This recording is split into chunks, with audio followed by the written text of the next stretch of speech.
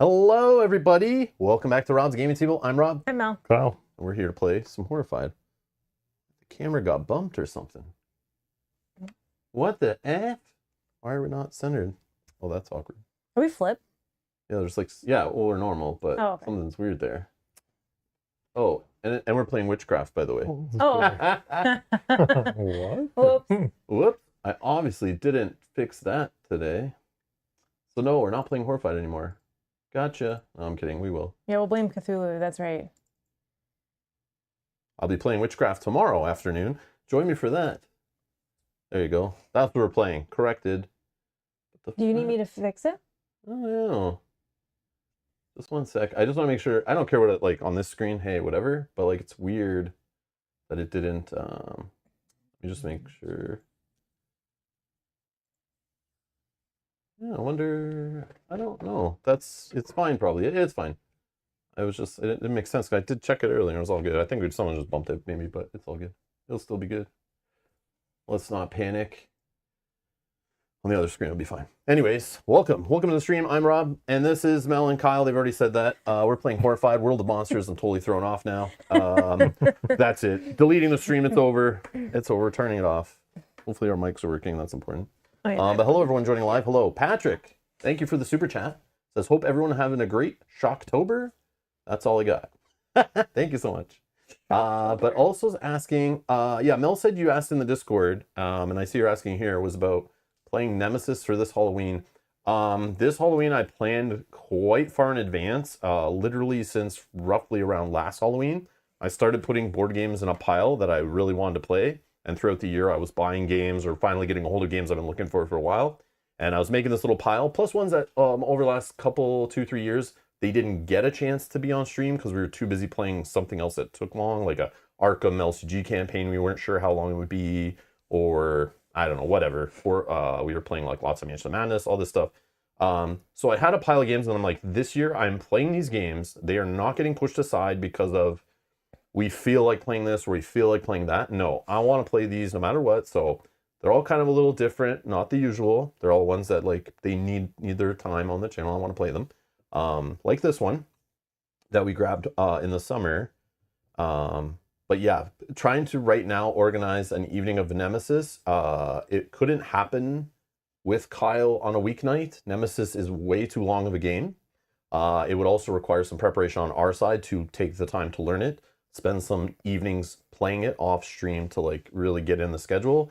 And so far the pile of games I already had scheduled out all of November roughly.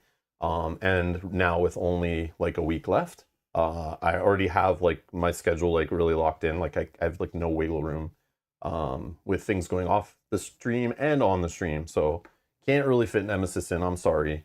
But maybe in a future year. But also, like, do you mean just default Nemesis? Because I only own the base one. And I know there are digital versions of Nemesis, like official PC app versions from Waken Realms of them, at least of the second one. But yeah, like nothing this year. Maybe in a future year. I do like that game a lot. It just will require us to like have a whole Saturday dedicated to it because it can go quite a while. Like it takes a while to play that game on stream. So. But yeah, so not an easy one. Just be like, yeah, let's play that tomorrow. Let's just stream that one. Yeah, let's just stream that one this weekend. No, not happening. Can't happen. Not like that. Sorry, Patrick. Thank you for the support, though. I appreciate the question. Hello, everyone else. Hello. Come on in. Is this Horrified game out now? I don't know. Did we didn't get it early? I guess maybe we did. No, I think we bought it at a store. I think. The Target, right? So full disclosure, we purchased this game ourselves from a store in the US on our trip to Gen Con in the summer. Probably on our way back from Gen Con driving to Canada. We probably got it in like a Target or something, I assume, because it's a Ravensburger game and all the Horrifieds are usually sold in like those kind of stores, but it's more of a mass market kind of game. But I don't know. It depends where you live, depends on the publisher. What I would do is check Ravensburger's website and see what their deal is, or email them. I have no idea. I don't work for the publisher, and we paid for this game ourselves. We're just playing this ourselves. Thank you for these folks over here for supporting us. Yeah, we're not being paid to play this or anything like that. So yeah, there you go. Let's see.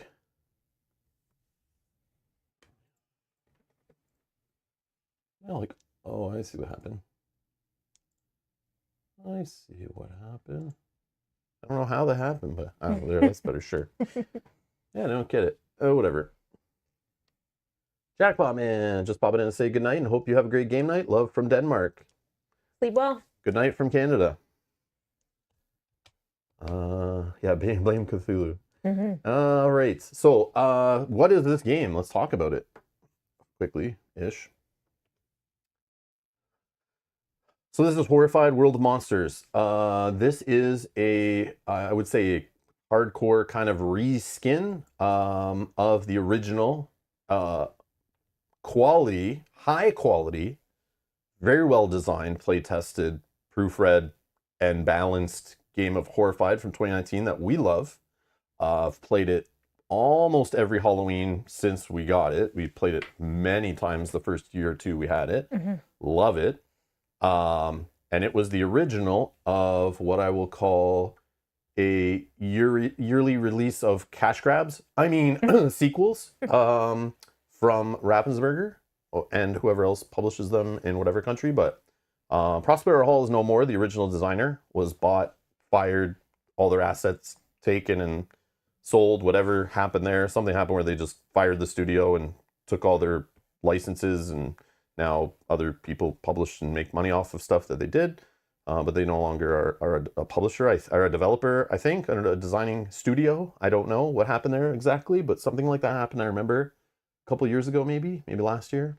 But it looks like yearly they just kind of reskin the game and make less quality, seem to be poorly proofread from what I read online for people who bought the other ones. Every time I saw a new one come out, I kind of looked it up and it was like, oh, why are the components less quality? Why is there less proofreading, less, like, the rule book's less unclear, like things seem a little more shoddy, and it seems like they're just pumping them out every year. But this one had Cthulhu on the box. It was reasonably priced at the store. I was like, all right, I'll play one. I'll try it. We'll see what it's about.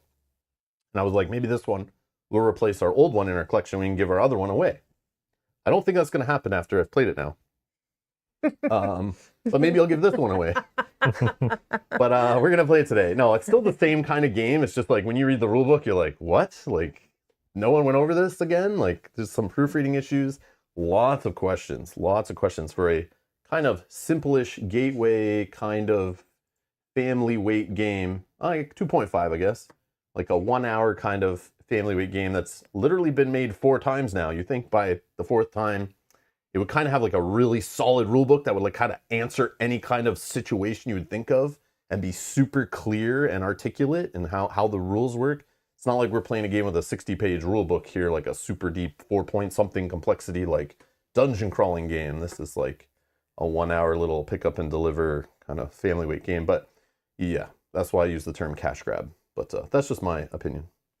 But yeah, anyways, we're going to play it today, and you'll see it's pretty much the same as Horrified. If you've not seen Horrified before, check the video description. We have a playlist where we played it a bunch on the channel over the years. All different player counts, all different combos of the monsters. But this is the first one I played since the original. So I've not played the other 2 that came before this. So yeah, I'm just talking based on what I read when I researched them. So maybe they're better than I'm giving them credit for. But yeah, this one though, I don't know. Anyways. All right, one thing I want to point out, I did link down below. If you are playing this game or you buy this game and you're like, all right, I'm buying this, going to play with my friends or family on Halloween coming up, if you're watching this live next week, before you pull it out and try to play it with them, I would highly recommend, if you're going to use Cthulhu in your game, I'd recommend go over to BGG or check the link I put in the description, where some awesome person named WKOVER Covert. I don't know how to say that, but they went and collected. Basically, there are a lot of questions with how Cthulhu and his second phase work. It is not clear at all in the book. It is not clear at all in the monster pamphlets. It is very confusing. There's lots of ways you can interpret things and mess it up and throw off the balance of the game, make it harder or easier for yourself. But this person went and found all the different posts and places where the designers were answering questions online that people are asking. And they put it all together in their own words, kind of cleaned it all up, and kind of made a nice rules clarification with steps clarified and examples of how it works that are much better than what you get in the game. So I would highly recommend, if you're going to play with Cthulhu, do not wait till the evening you're going to play it to then go, oh, I don't understand how this works, and then try to figure it out on the fly. Like, read this before you play, so that way it's a smoother play when you actually go to play with Cthulhu. You can just play Cthulhu's first phase, and there are some questions with that, but the second phase gets even worse. So I've linked this in the video description. We will reference this.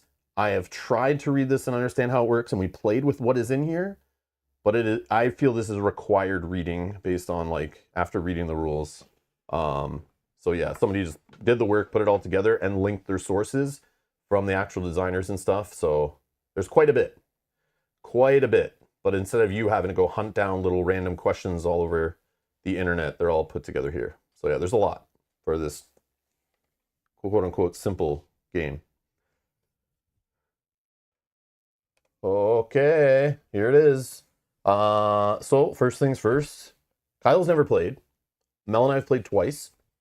And the first step they say you must do is we're going to sit here for 1 hour and we're going to become familiar with every location on the board before setting it up. This was the rule book. Okay. You must be familiar with all locations. Makes sense. So we will test you. I'm going to give you 15 minutes now, Kyle, to read all the locations on the board, memorize them. We'll flip it over and I'm going to ask you random questions. All right. Okay. And you're going to tell me where it is on the map, which quadrant, kind of like what the art is. No, I'm just kidding. Mm-hmm. But it does say familiarize yourself with the location on the board because they are printed on the bottom of the citizens needing to know where they need to go. Also the items when they're pulled out of the game, they are out of the bag, they will go on the board where it says on the item. So it just becomes easier to know where things are, and certain monsters will care about certain spots on the map. But we'll figure it out. But you can just help Mel there when she's pulling out an item. She goes, where the hell is the House of Dawn? Okay, you'll get familiar with how they look, but then once we start putting tokens on the board, miniatures on the board, your standees on the board, it gets all covered, and like trying to figure out where things are based on art is not a thing anymore. So you'll get used to reading these little purple boxes a lot. But yeah, that's one thing I noticed. You get really used to the board. Like we were used to the old game. We could just play it and like know where everything is, no problem. Yeah. But this game has taken a couple games and I still am like, where is that? Like 90% I know, but I'll pull like these few that I'm like, where is that place? Yeah. There's stuff like the roaming wolf. It's like, I always forget. I don't know what these things are, but I'm sure they're tied to some kind of lore and story and IP and historical kind of horror story, or some old horror story thing. But yeah. So anyways, so that's first. So we have chosen, you can play on easy difficulty, where you only play with 2 monsters, and standard difficulties with 3. I'm assuming a harder difficulty play with 4. 4 come in this game. We are going to play with 3 of them. We're going to play with the Yeti, the Sphinx, and Cthulhu. Okay, I had to play with Cthulhu. He is the highest complexity in the box, but I figured that's the whole reason I bought it, was to play with Cthulhu and check it out and see how... We play a lot of like Arkham horror games and stuff, all based around the Lovecraftian IP and stuff. So kind of wanted to see how they implemented it in Horrified here, and see what's up. So we selected our characters. Our characters, they are different, I don't know, characters. All I care about really is the starting location they have. So again, another reason why you might need to know where something is on the board. Your special action you might have, which might cost an action, might be a free action, might be once a turn. And then you have 4 action points, or 3 or 5, whatever your character is, to do different actions in the game. And you'll see there's locations that are connected by paths. You move from one location to another using like a movement action, basically, which is just literally one action is one move to one location. So if you want to move like 4 locations, it's going to take you 1, 2, 3 moves to get that 4 locations away kind of idea. So it's literally right here. Here's your different actions you can do on your turn. It goes the player phase, then a monster phase. So on our player phase or hero phase or whatever, we can do moves. You can do guides, which in this game, in the rulebook, it refers to these characters. There's characters are heroes, are hero standees, or those like villagers. In this game, they're called legends some places. They're also called citizens in other places in the rules and on references and stuff. I don't know why they've used those interchangeably, or they changed them last minute on some materials in the game, but not others. But they keep flip-flopping, referring to themselves, unless we're missing like legends in the game or we're missing citizens. I don't know if those are two different things, but they keep referring to them as both. So I think that's what that is. So we're talking about like the yellow standees over there beside Mel are the citizens slash villagers slash legends, kind of like our little NPCs. We're going to help get them to where they're going and hopefully not let them die. But this guide is a way for you to, if they're adjacent location, you can spend one action to pull them to you, or you can spend one action to push one away from you. So if you need to get them to their location, but you don't want to go with them, you can move and take as many with you from your location to the next. But if you just want to, you know, push one along, go home for the evening, you know, get them to their destination, and then gain a, what are those cards called? Perk card. Perk cards. If you want to gain a perk card, which gives you like a powerful hero ability, like a player ability basically, you get them to their location. You can pick up, that's just picking up any number of items. So like all the items in your location if you want, you pick them all up. You can share. So sharing in this game is just, if you're at the same location with other heroes, you can start a share for one action, and everyone at the location, maybe even not yourself, can trade any amount of items. It doesn't have to be one for one. You can just switch them around with whoever's at location, and you don't even have to be involved in the trade or whatever. Advance is tied to advancing these different monsters to their final kind of defeat step. So you'll take advance actions, and those are different based on what you're using specifically to advance a monster. Monsters take like multiple stages to get them to a point where you can actually give them their finishing blow, basically. And I'll go over each one we're playing with, but that's what's the fun of these games, is how you can mix and match the monsters, which kind of messes with the game and gives you different things to deal with.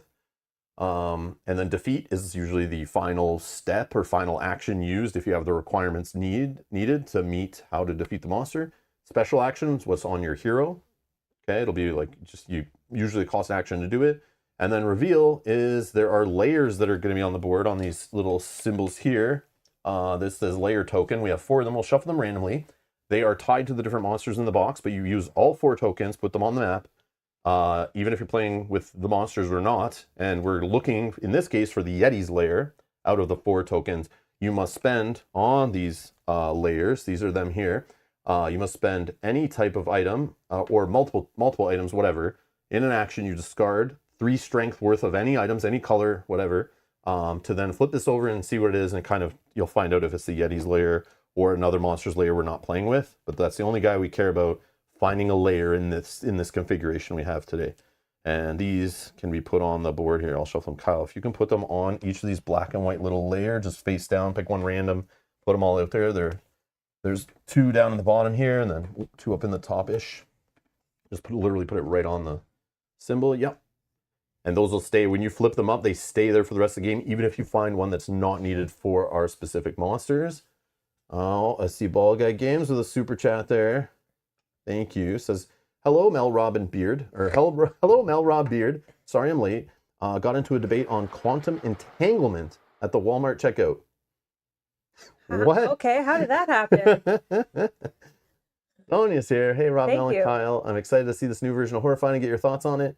Do you have a favorite version of Horrified? Again, we've only played the original until this week. Literally, Mel and I have only played this one twice before stream here. Kyle's playing it for the first time. I don't know if Kyle ever even played the original with us ever. I don't know. But it would have been in like 2019, 2020. Yeah, it would have been so long ago. I Like thought you before, would have. it would have been in the before Maybe. times. I don't know. Yeah. Does it look familiar? Before times? Like the other one looks exactly the It same. kind of does. Yeah. I'm sure someone will be like, yeah, he did. He played on this stream on this day. I remember playing with Justin for sure. I don't I'm know. pretty sure played with Nick and Ashley Yeah, we on have. stream. We played at other people's houses and stuff, I know. We play that game a lot. I'll see if I can find just like a picture of the old one and see. No, I saw it. Oh, you did? Yeah, Okay. because I watched a playthrough of the old one. Yeah, maybe you never did then. But no, it sort of looked familiar, but like. But again, if it was like it's before times. lots. And I explained this to Kyle. This is how I would say anyone watching the channel over like the last year, this is in the same category of type of kind of like cooperative games as like kind of like Pandemic a little bit, Stranger Things we played on the channel. E.T. I would put this in. There's probably many others that I'm not thinking of. These kind of like 1-ish hour, pick up and deliver, cooperative, prioritize, put out fires, kind of like be efficient with your turns kind of games. Michael Mills, thank you for being a member for 19 months. Walmart. That sounds like more of a Radio Shack conversation. Radio Shack. Oh, man. That's awesome. Wow. But yeah, my favorite version is the original. And even when I saw them make a new one and it was like the Greek monsters or whatever, I was like, I don't... Like, it's the same game. They've tweaked kind of the monsters. And it's like, oh, I just like the original. It's like, I don't need another one that plays like so similar. And then there's like another one. I forget Yeah, what it's the U.S. American Monsters or something. It's like, I think you just buy whichever one that you like the monsters in it. If they like I picked this one literally because it had Cthulhu. I don't care about Sphinx, Yeti, and whatever the other guy is. I didn't even know any of the monsters. I don't know who Zhang Shi is. I'm sorry, but I don't think I do. Maybe I do, but I don't know. So I just bought this literally because Cthulhu's in it, and I love Horrified. But I think they're probably all very similar because they're all just like a retheming kind of, but it's like the same theme, but like a re-slapping on a different IP. But yeah, the original was just like Frankenstein and, you know, those guys, the creature from the Blue Lagoon or whatever, like those I know and understand, and that's fine. But yeah, that one's just like the original is like a very good quality production. Prospero Hall was very good at like making like decently priced, high quality games. Like, and they felt very like play tested, and like you could tell they were gamers designing like these kind of like family weight games. So they still felt like good. You felt good playing them as like kind of like a hardcore gamer. With your family and friends, like I wasn't embarrassed, you know, that I was playing them, kind of thing, if that makes sense. Like they weren't like just mass market trash. But yeah. Sonia says I always play some version of Horrified in October. Yeah, you can mix. Supposedly there's ways in the rulebook it says to mix this one with like the Greek monsters one, but then I see people online. I was like trying to look up and understand it, and then people online were saying they're like complaining that it's like it's not consistent enough. Like you have to like do weird things to kind of make it make sense, and it's not as seamless as you would think. But I could be wrong. I don't know. I've never done it, so don't take my word for it. But anyways, back to it. Where did you went over the actions? I think we did all the actions, right? Reveal. Yeah, that was the last thing. So we basically take turns clockwise. We'll pick Mel to go first, and then she'll do her actions, and we have a monster phase. How the monster phase works is we draw a monster card, and literally on the card you just resolve it top to bottom. If you just want to give me one card off the top there, you will do this many items from the bag. There's a kind of like weird material. I don't know what this plasticky Velcro bag. It's, you know, it's actually funny because it's actually like a purse. It's like the Halloween bags, the reusable Halloween bags that the kids take out. That's like what it is. That's what it is. Like you get them from the dollar store or 99-cent store. Like a candy collection bag for Halloween. That's what with Velcro, like I'll open it. Yeah, and the Velcro is actually quite strong Velcro. Yeah, it's weird. Like it's not cheap. Yeah. And it stands up. I like that it stands up. Definitely different. I'm not seeing ever a bag in a game holding tokens like that. Yeah. Made of that material or that style. It's weird. Yeah. So yeah, you draw this many items, you put them out. The items will tell you where they need to go on which locations. And then this one, for example, has a citizen. So on this card, they call them citizens, but on the reference sheet, they call them legends. But this guy wants to start at the Steward Spire, which is location on the board, has some flavor text here. And then it will tell you which monsters will go based on some symbols here and how much they'll move and how many dice they'll roll to attack you. And sometimes it'll give the monsters an ability on the card, or it'll put a new citizen on the board. Okay? Citizens are basically little characters that'll appear on the board, and if you pass just one, a citizen in the game has a name. We saw they have a starting spot. On the bottom here, they have a destination. If you can get them to that location, and again, you can guide them, like push them there from your space if it's adjacent, or bring them all the way there with you. You can take as many of these guys with you on a move action. On a guide, I think you can only move one at a time, or pull one at a time to your space. But if you get them to their location, you remove them from the board, and then you draw a perk card. I can show you a perk card here while we're doing that. Here's a random perk card. It's got a name on the card, Ethereal Goggles, has an ability here, choose one, reveal a face down layer, or move a monster up to 3 spaces. These cards do not cost an action to play. They can be used on anyone's turn, but only during the hero phase. So literally Mel could be on her turn, Kyle, and you could use this to like move whatever her around, whatever the card lets you do, or move some monsters around literally on her turn. And then on her turn, or in your turn, like I could play a card, Mel could play a card. We could play them anytime. Yeah. They're gone. They're super powerful. And you only get so many because these citizens come on the board. And then if you get rid of them, they leave or they might get killed. If they get killed, one way we can lose the game is this track at the top of the board here. I don't know if yeah. This track at the top of the board goes from 0 to 7, basically. Once it gets to the skull, we lose. How that track moves is every time a citizen dies, it goes up 1. Anytime we die, it goes up 1. When we die, we just keep our items and everything in this game. You just then, on your next turn, you remove your miniature or your guy from the board. And then when it gets back to your turn again, you start here at the reviving throne. And you put yourself down and you just take your turn like normal. But it does move this track up, and again, when it hits 7, we lose, okay? Another way we lose is we take too long. Those pile of monster cards over there beside Mel, the black cards here, I'll take those. Once this deck is empty, I think it's like I think it's like 50 cards in here. But once this is empty and we draw the last card, I think the next time we go to draw, it's over. Or maybe it's like it has to be that when you go to draw the next one. When you go to draw the next one. Yeah. Because you could still win on your turn. Yeah, because I think like you draw the last one, still resolve it. Yeah. But yeah, so we have to win before this deck runs out, basically. But I'll check that quickly. Just want to make sure it's not as soon as it's empty. Out of time. If the monsters deck is empty when you're required to draw a card, the game ends and you lose. Yeah, we're right. Okay, perfect. So I'll just keep this over here and I'll just draw them on the screen. I'll put it like here. Let's do this. Okay. All right. What else? The monsters for sure I still need to go over. So we can run out of time. We can have too many deaths happen. Those are the 2 lose conditions. The win condition is literally defeating all the monsters, and they all have their own requirements. So let's talk about that. The Yeti. He is first in Frenzy. He starts as the Frenzy monster. This can move around. What this means is on these monster cards, it will activate the Frenzied monster a lot. And then it might activate another monster based on symbols on the monster. So it might say, sword monsters move 1 attack for 3 dice. So this guy would obviously attack, and so would this guy. But not this guy because he doesn't have a sword symbol. But if the ghost symbol came up, then the Yeti would act and Cthulhu would act. And if it also had the Frenzy symbol, the Frenzy would also act. So those are coming up on the cards? Yeah, they're on the bottom of the card. So on here, at the bottom, this one, the Frenzy is a great example, or a gear. Tell me which monster has a gear on them. None in our case, because that's this guy, and we're not playing with him. He has a gear. So you would do nothing except for the Frenzy monster would act in that case. But sometimes they'll have abilities. Like this would be on the card. There's a monster card. Instead, it doesn't bring a citizen in. Has sick art on it, though. Move each purple eyeball monster to their closest layer location.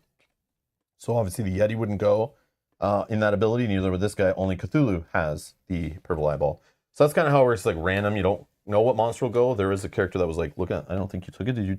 The one that looks at the top of the deck? No. There's one character that can look at the top of the deck and know what's going to happen on their turn to kind of make some more educated plays, but it's random. So, but once you play the game a few times, you start to know like what's possible, like what kind of abilities come up, and there are duplicate cards in here. So even if we see one thing happen, like you all of a sudden learn, first time playing one of these games, you'll learn like, oh, we're fine. The monster's all the way on the other side of the board. Then you flip a card that's like, oh, the monster goes to the closest player's space, just like instantly moves to it, teleports.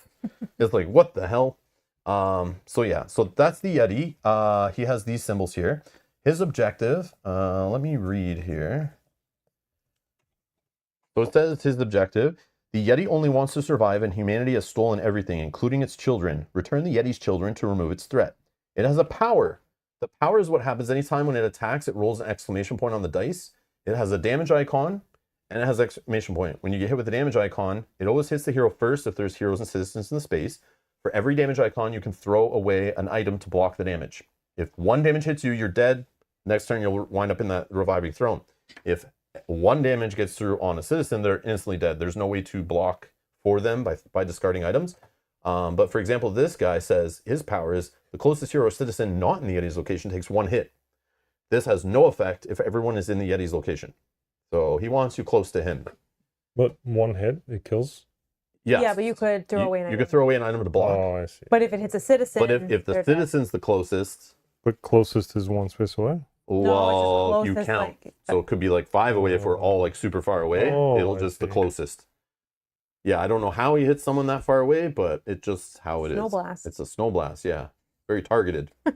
Here's his kids. His kids have standees. Okay. And once we use guide actions and advance actions to put all 3 of them on their little rectangles here, we then can move down to the defeat action, which is in the Yeti's location, use 1 of each type of item. And there's 3 types of items. There's like purple, green, and blue, and they have shapes. And that's how you defeat him. So you just discard those 3 items and he's defeated. You don't have to do this all in the same turn or anything. This is something where, Mel could return one of the children, you could return one, I could return one, and then Mel goes and kills him, or like 3 turns later, one of us kills him.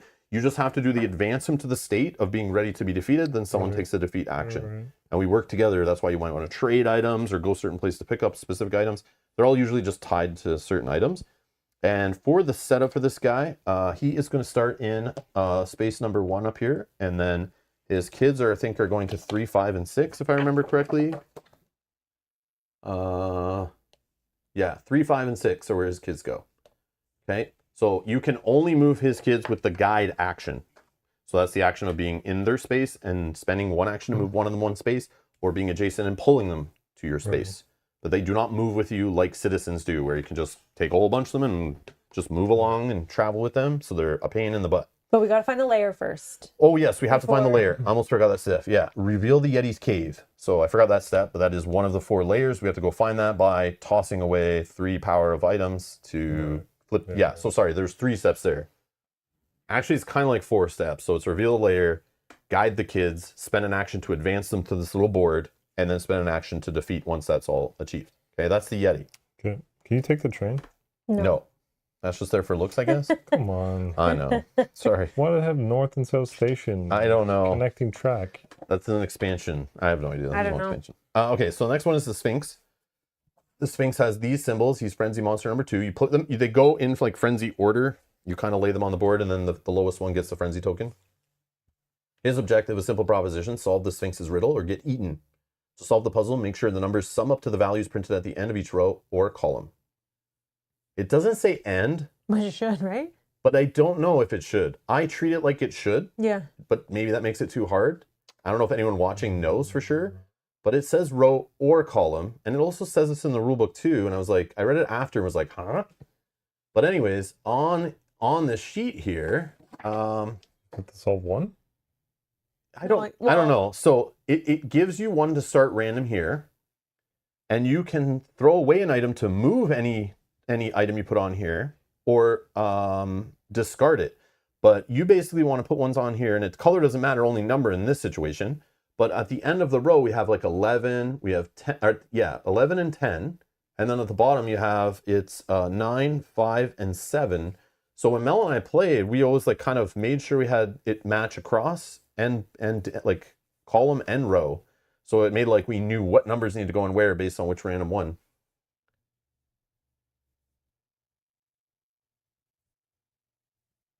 Oh, okay. Yeah, we'll do it the way we were playing it already. Like that's how row, it has to match the row and column, Yeah. not or row or the column. But yeah, I see what you're saying. Like someone you're saying, like they think they mean the one you're just kind of finishing. But let's read here. Let's look at the power first.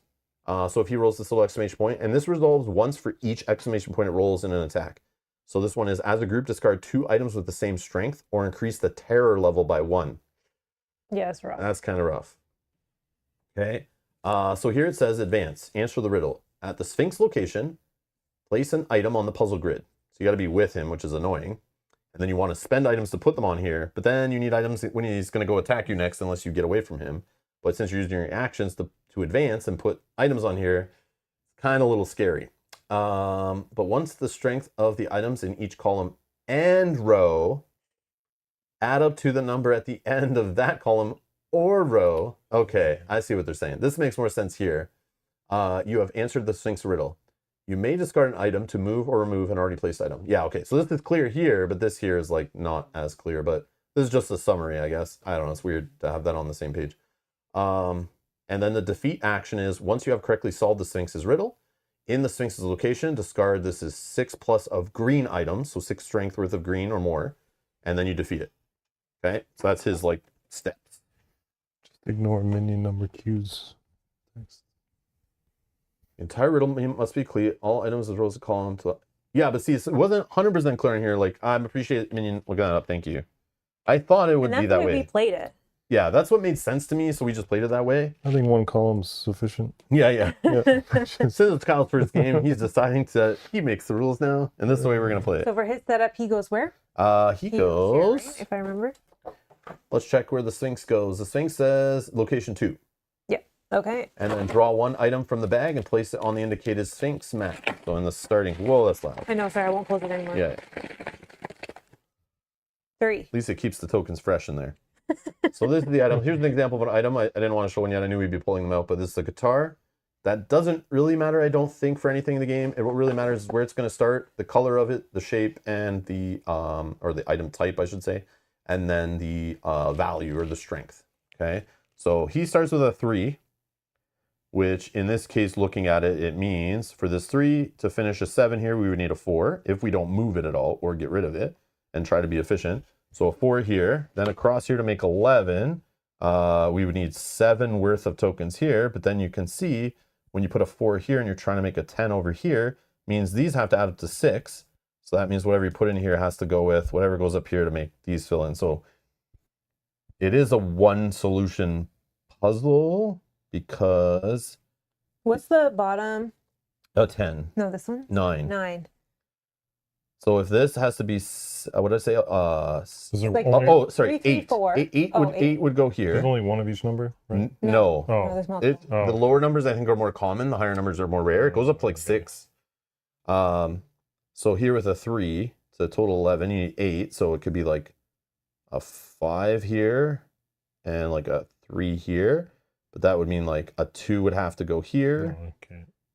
And then if you had a 4 and a 2 here, this could be a 4. Yeah, you could have a 5 and a 4 here to be 9. Yeah, so that was it. Whatever I just said, that solution is 4. So a 5 and a 4, Yeah. a 3 and a 2, 2, yeah. and a 4 here. Yep. And then that would add to 10. Yeah. So we need. So whatever I 2, said, remember that. Because I won't. 4, 4. We need 2 4s, right? Oh, sorry. So it's 3, 3, 4, 4, 2, 5. Yeah, so Okay. 2 3s, 2 4s. Okay. I'm just trying to see. Oh, 5 up here, right? 5, Yeah, 4. sorry. 3, 3, 5. 4 here. 4, Yeah, so 2. 2 4s. 2 4s, a 5, a 2, and a 3. Okay. Yeah. If we don't do any movement and throwing away items, Yeah. which I hate and is so inefficient. So, and then you need 6+ of green. So try not to waste all your green in here because they'll be sitting there for the whole game. Once we use all the items and they're discarded and the bag's empty, you do shuffle up the discard pile, throw it back in. But any that we have or any that are stuck on the board and stuff, they're just kind of out of play. Mm-hmm. Yeah, 3, 2. We just try to remember the amount of numbers, not so much where they go right now, just remembering like what are important. So if you're near the Sphinx and you have what's needed, but yeah. Oh yeah, okay. Now Cthulhu. Cthulhu has 2 stages. They do say in the rule book, which I just found today reading it about an hour before stream. There's a tiny little line in there that says, for a shorter game, you can just finish Cthulhu's first 2 steps and win. Oh. Yeah, but I bought him to play the full Cthulhu experience, of course, because we're hardcore gamers.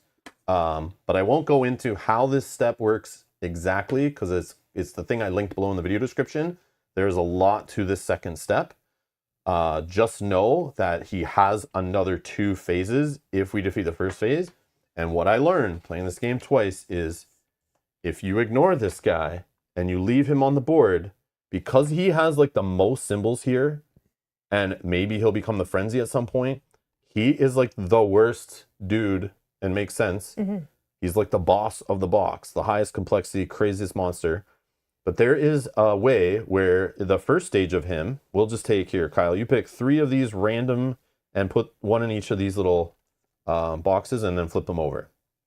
And this is going to change at each game to have different little symbols. And what Cthulhu is trying to do, what's that say there? Can you see that? Open the cryptic lock by matching the runic carvings. Once the locks are open, force Cthulhu through the void to the Corpse City Relay.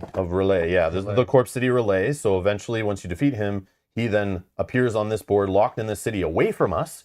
So he's stuck here for the rest of the game, and then you can get a monster out of your hair, just like when you defeat a monster with his normal 2 steps. They're gone out of the game. Every time you draw a card with their symbol on them, you get like a breather, and nothing happens. So the faster you can get rid of like one of the monsters, the better chance you have of winning. If you try to leave them all to the end and slowly work on all of them at once, they are going to be hitting you so often and killing civilians, hitting you, making you discard items. You'll never get everything done. So the key to playing Horrified, I find, is just focus on a monster. Hopefully some luck goes on your side, and one of the monsters kind of shows up to be the most efficient or less effort to defeat, and we push on that one and kind of like ignore the others, while keeping them in the back of your mind and kind of like working up to what they need. That's why we need to know what each of them does. So for example, we could run around and try to hunt for the lair like right away for the Yeti, right? He's the frenzy, he's annoying. But once we get rid of him, the next monster will become the frenzy, and they'll be annoying. So I don't really worry about the frenzy too much. And some of these are worse with frenzy. Like if Cthulhu gets frenzy, he has like the most symbols, and frenzy means he's gonna be like going all the time. These guys only have 3 symbols, right? So they have like less odds, I think, of showing up. It depends what's on the cards, I guess. But Cthulhu, what's his power right there? Touch of Madness. Choose one, increase the terror level by 1, or discard the top monster card. So basically, he's speeding up the game in both loss conditions. Right. Like one or the other, and he's gonna end the game on you if you ignore him. So to me, he demands like the most attention right off the start, and it will change our win percentage for sure if we can at least defeat the first phase of him to get him locked in a city, because then he's like gone until we go to him to try to defeat him when we're ready. And you probably want to go there after we've defeated the other monsters so that they're not following us there, and then we're in there fighting Cthulhu and these guys in a contained location where like Cthulhu has a really damaging attack. But to do that, we must first advance, so open the portal. So at the void, and the Cthulhu is actually going to start in the void, which is this thick looking spot in the middle here. I love it. This is the void here. He starts there. You can go there and basically discard an item of either purple, blue, or green. And the strength on it is going to allow you to turn this. It starts on exclamation point for each one. And basically you turn it clockwise or counterclockwise, your choice, for every point. And you're going to just tick these little things. It's not the best quality component, and it's easy to bump it, but you're not supposed to know what's under there. Obviously, if you play a bunch, you kind of know where the symbols are. They're all the same, I'm pretty sure, based on our plays before. But like all the same symbols in order? Yes, under each dial. But you get different symbols every game. So like this X, for example, I feel like it's on the right side in the first few, but I might be wrong. This little upside down triangle, I feel like we played yesterday, and that was like on the other side, isn't it? I think it's like somewhere up here. Yeah. I don't know this symbol though. I don't think we played with that before. No. The Y, that's on this. But you choose which way you go on your turn on which dial you're throwing away the item for color. So I think there's only like 6 or 7 symbols, or there's probably only 7 because there's 7 random of these little tiles. So there's 7 symbols under here. So think about it, if you throw away a 6 item, you're going to move it, 6 spaces clockwise or counterclockwise or whatever. But even if you find the position, you stop immediately and it's locked in. And then we can just like flip this or discard it. Once all 3 are done, you need to get Cthulhu back to the void to lock him in the city relay. If he ever steps on the void after this is done, he will automatically leave. Or when you're in his space, you can discard green items and then move him 1 space towards the void for each strength of the item. So if you throw away like a 3, you can move him 3 spaces towards the void. If you get him there, he's off the board, out of our hair for now. And then we can build up for this epic final fight if we make it that far. Okay. That's kind of the way we're going to kind of treat it. So like, if we can get rid of one of the monsters, it looks obvious that we want to like get their thing done, but try to work on all of them, try to stay alive, try to keep the systems good, try to get cards. We are going to each start with 1 per card each. If Mel wants to shuffle it up and deal 1 out to each of us. I'm starting, then you. Yeah, we're going to go hard mode with Cthulhu. Like playing with the extra step on Cthulhu is kind of nutty. But maybe we'll be okay. I know it's Kyle's first game, so like it's probably not the best idea, but we'll see how far we can get. It'll be fun either way, I think. These are one-time use? Yeah, you just start them once you use them. And again, they don't cost an action. You can use them on anyone's turn. So this is the Pulse Pummel I got here. Move any monster up to 4 spaces. So again, these only work in the hero phase, but could be anyone's hero phase. And you use as many as you want, whenever you want, they're just gone. Okay? And you can leave them face up, you can hold them in a hand, whatever, but... What does your ability do? My ability? No, your card that you just showed, I didn't read what Move any monster up to 4 spaces. Okay. And my special action is you may distribute any items you have to other players. So no matter where anyone is, I'm pretty sure is how this guy works, is I could just, I could have whatever items are needed, and like, you could be by the Sphinx, and I could like throw you the items you need, and then on your turn use the actions to like try to, you know, get him. I figure he's a good co-op-y kind of guy, like a supporty kind of character. And he's going to start on the Wise Observatory. Yep. And Kyle, what's your card? Oh, here, let me show. I can just show this up here easier. Choose one, reveal a face-down layer. Ooh, that's good for what we're doing. Or move any monster up to 3 spaces. That's good. Okay, and what's your ability again? So Kyle has 4 actions. He starts at the South Station, and he can, as a special action, so you can do it as many times. This one's not limited once per turn, so you could do this. Yeah, but yeah, you are limited because of what your 4 actions, right? But and how many items you have? Yeah. Exactly. But I mean, if you were saving up to get this like perfect combo and you just grabbed all this bunch of trash, you know, you could like get what you need. But it allows you to kind of discard and take items from the discard pile, kind of instead of just whatever the game throws at you because it's random. Mel's item she got, the perk card, is the Spectral Diverter. Each player draws and places 1 item from the item bag. I'll probably just do that right away on my turn. Yeah, because you want more items out. Yeah, Because if you're spending actions to pick up all the items in a space, the game will slowly sprinkle items out as the game goes on. Sometimes the monster cards do no items. Sometimes they'll do like 3. Yeah. But they might not be anywhere near you, and you might be needing more items to collect for survival or to win the game. And then Mel's playing as the Guardian, starting in the Arcane Forge. And her special action, she may use a guide action on a hero with their permission. This does not take an action. It doesn't say once per phase either. So I think you can just do this much. So, yeah, well, we were only playing. You can only do it to people that are 1 space away. Or in your space. Or in your yeah. space. So it's like so I can only situational. Yeah. But that could get us like away from monster in the position we need. But it doesn't work on citizens, only heroes. Yeah. Good to know. Yeah. So we're going to do the setup. There's still more. Mel needs to dish out some items, which are 12 of them. She's going to put out whatever 12 random items to get us started, put them on different locations on the board. Let's see if we did all the other setup. We got the layers. We got the terror marker out there. We got the 10 legend standees or citizens. Someone was saying that legends are what they called in the last game. They just didn't update the rule book, these idiots. They didn't. I knew it. Yeah. So they just cut and paste the rule book, and then somebody didn't go over it and fix all of it. They didn't know how to do Control F and replace all or whatever, or Control R, whatever replace all feature is. Where they left it? Because I think only the last one you can combine with this, right? That's the only combo. That's probably the one with the legends in it, but it's obviously somebody was just lazy and they had a deadline and we're like, just change what you can and get it printed. Go. We have a printing deadline. You get to pick where these go. No, they have. Oh. And yes, I thought you were like putting it down. Yeah, any items that get discarded from using them would get shuffled back into the bag when the bag is empty. So, but any that are on the board or in our possession or on a monster sheet stay there until like the end of the game or whatever, or until you defeat the monster, maybe. Oh, I know. Rob got really lucky. He's got 3 items in his spot. Yeah. I'm the guy that throws items around. Don't worry. I'll be like Oprah with the items. Don't you worry. You get an item, you get an item, everyone gets an item. Yeah, ChatGPT wrote the rulebook? Yeah, probably. I probably would have caught that. So difficulty scale, again. Oh, here's the difficulty. I was not sure. Yeah, challenging game is any 4 monsters, but only 4 come in this box. So, but I guess if you're combining the 2 games, that would make sense. And then the first game when you're learning, they say just play with the Yeti and Sphinx, but like literally since first game we've been playing Yeti, Sphinx, and Cthulhu, just preparing for the stream because I wanted to play with Cthulhu, so I didn't care. But that would be a standard game. So hopefully we know what we're doing, and we can get it going. We did the setup instructions of each monster, I think. Yeah. Yep. We do Cthulhu, all Cthulhu steps for sure. I think so. We put them at location 4. We put the 7 in our tokens, make them down. Dial token, reveal 3. Yep, we did all that. Okay, perfect. And yeah, the setup is just on the back of any monster. So no matter which ones you're playing with, you just flip one over and kind of tells you how to set up all the monsters. So when we go to set up the second phase of Cthulhu, it's all this here with some clarification.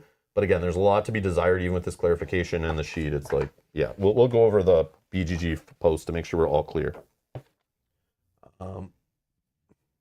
and it says keep the, just to start, it says keep that Corpse City Relay stuff in the box. You don't need it yet until the second phase.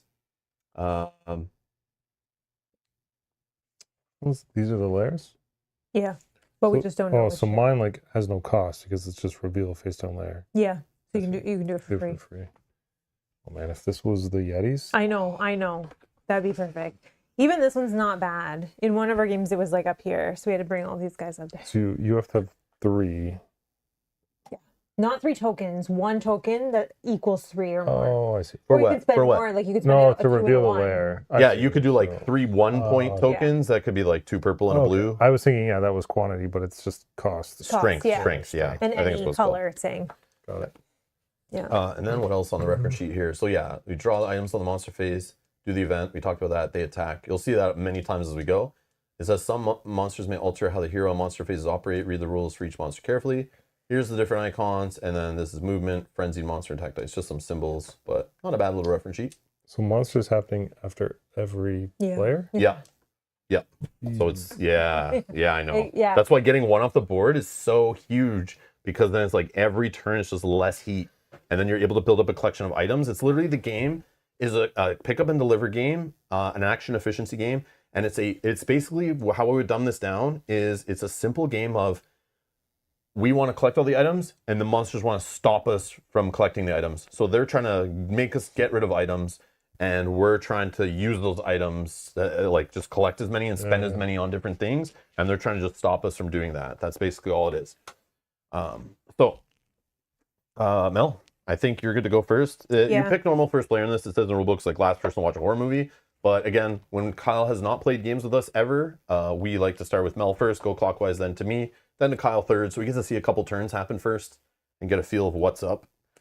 So yeah. I'm going to trigger my ability right now, or use this card. Each player draws 1 item from the bag and places it in its location. And that perk deck also, when that runs out, you would shuffle it to create a new deck, I'm pretty sure, but I don't think we're going to go with that. Oh yeah, well, you could have done all 3 Oh, items. I'm sorry. Let's see what item I get. Well, Kyle may want Well, to Kyle wants to draw from the bag, Yeah. so we let Kyle do it, but I don't care either way. Oh, there's that place I never remember. I've drawn from lots of different bags and games, more than I need in a whole lifetime. But said place it in your space. In its space. Yeah, the roaming wolf. It just basically populates more items on the board. And places 1 item from the item bag. Oh, another roaming wolf? Sick. Okay. We're giving items to the Yeti over here. All right. Next, I will use a move action. I will move for 1. Yeah, that's correct, James. That's how we understand it. It says, this matters for you, Mel. Since Mel's ability isn't once per turn, does that mean he could pull a hero to her, then push it to another square? That's how I believe. Yeah, that's how we Because believe, it does say in the rule book, it will tell you if a special action does not cost an action. Hers says does not cost an action. And it would tell you if it's limit once per turn. I'm pretty sure. And there are ones, I think. Yeah, good example right here. Special action for the Buccaneer. Right here it says used only once per turn. Okay, and this one doesn't say does not cost an action. So this costs an action, and you can only use it once per turn. Mine, I'm not limited to once per turn, but it does cost an action because it doesn't say it's free. If that makes sense. So yeah, it'll tell you. So yeah, she can do it as much as she wants. But obviously it's very situational, right? Like you have to be adjacent to us or like in our space to make it work. And yeah. So I have 5 action. I used 1 to move here. 2, 3, 4, 5. 4.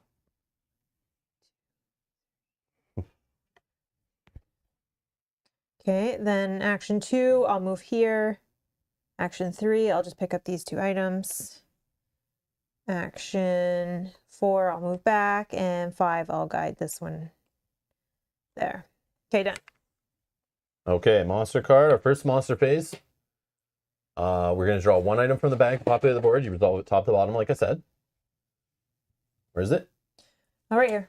Just say it out loud, and like Kyle can see. I can maybe remember some locations. So most of them I now know from doing this, but it's just the odd one I need to second guess. Mel obviously didn't take the 1 hour to learn the board like I told her to. No, I'm just kidding. Notes. Each monster with the sword symbol deals 1 damage to each hero and villager in their space. So that will be the Yeti and the Sphinx. Do they have anybody in their space? No. Okay, perfect. You dodge that bullet. But then on the bottom it says the frenzy monster doesn't go. Don't worry about the frenzy this time. Usually they do though, but when this lets them go, lets monsters do stuff, sometimes they kind of get a little tame on the bottom here. This one we know is only Cthulhu in our game. Is the only one with the purple eye symbol. He will just move 1 towards the closest hero or citizen. If there's a tie, he will always choose heroes over citizens if they're the same distance. If there is ever a tie between heroes to go to or citizens to go to, the active player will choose. There's no But tie. we can all work together. So Right now it's Kyle at 1, 2, 3. Are you 3?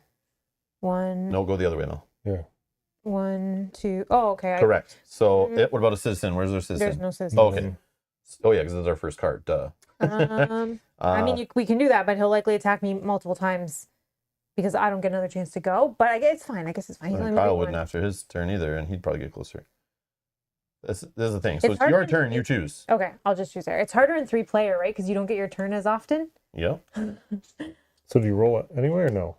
No, 'cause No, then nobody can only if attack. there's someone in their Oh, space. okay. So as long as you're away from them, they're not as harmful. But they could get in your way. But you can move in their space and through their space without them doing anything to you. Hmm. So I thought you'd roll anyway just to see if that Nope. triggered. I know. No. Oh my yeah, God, that no. would be so Thankfully, hard. Okay. Oh my thankfully God. not. Okay. Because some of them are really bad. So like, yeah. Okay. My Stop turn. Yep. Let's see, what are we doing? Well, I'm going to pick up some items, which in the rulebook it recommends. On your opening turn, probably getting some items because they're good for defense and or to get the objectives of the game going. I do have one of each color, actually. I could go to the Void, but that would be really close. I don't think I can get there this turn. Are they high or low numbers? Two twos and a 4, so not the greatest. But Is that's an action? yes. Oh, right.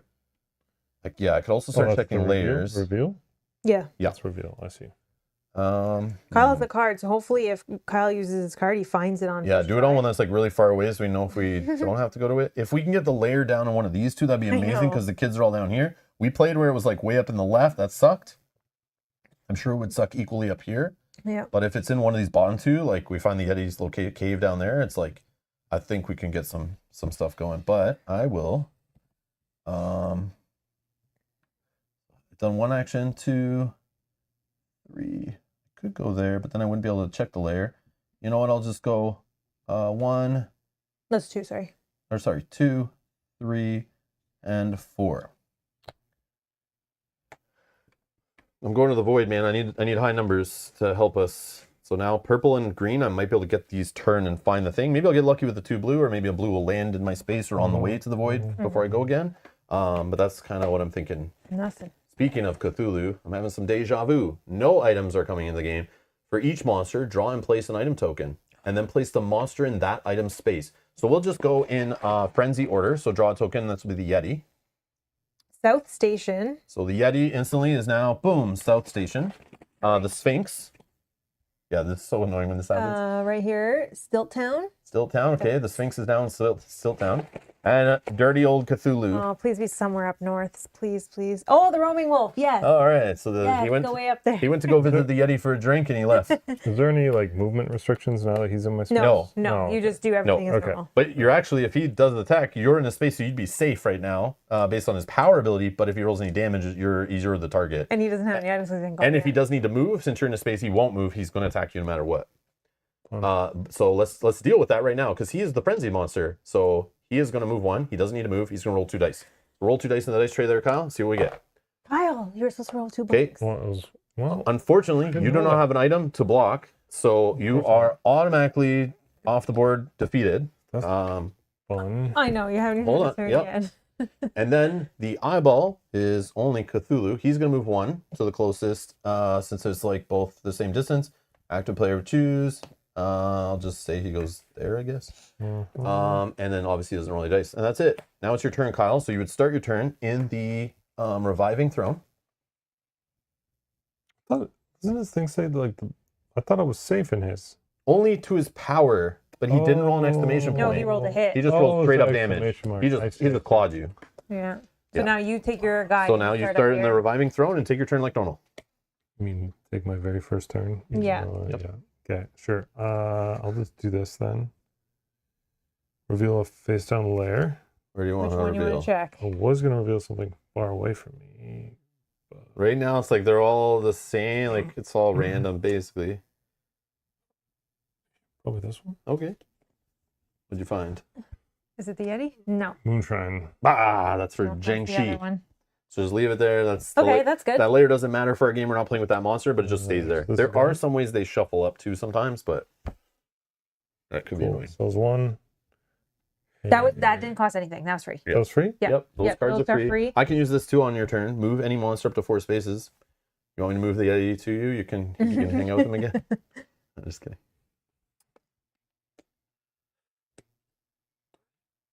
Enough action to pick up some items? Yeah, 4. Okay, then pick them up. That's the safe way to play. That's what Yeah, because you're right beside this. Could you Sphinx not now. get...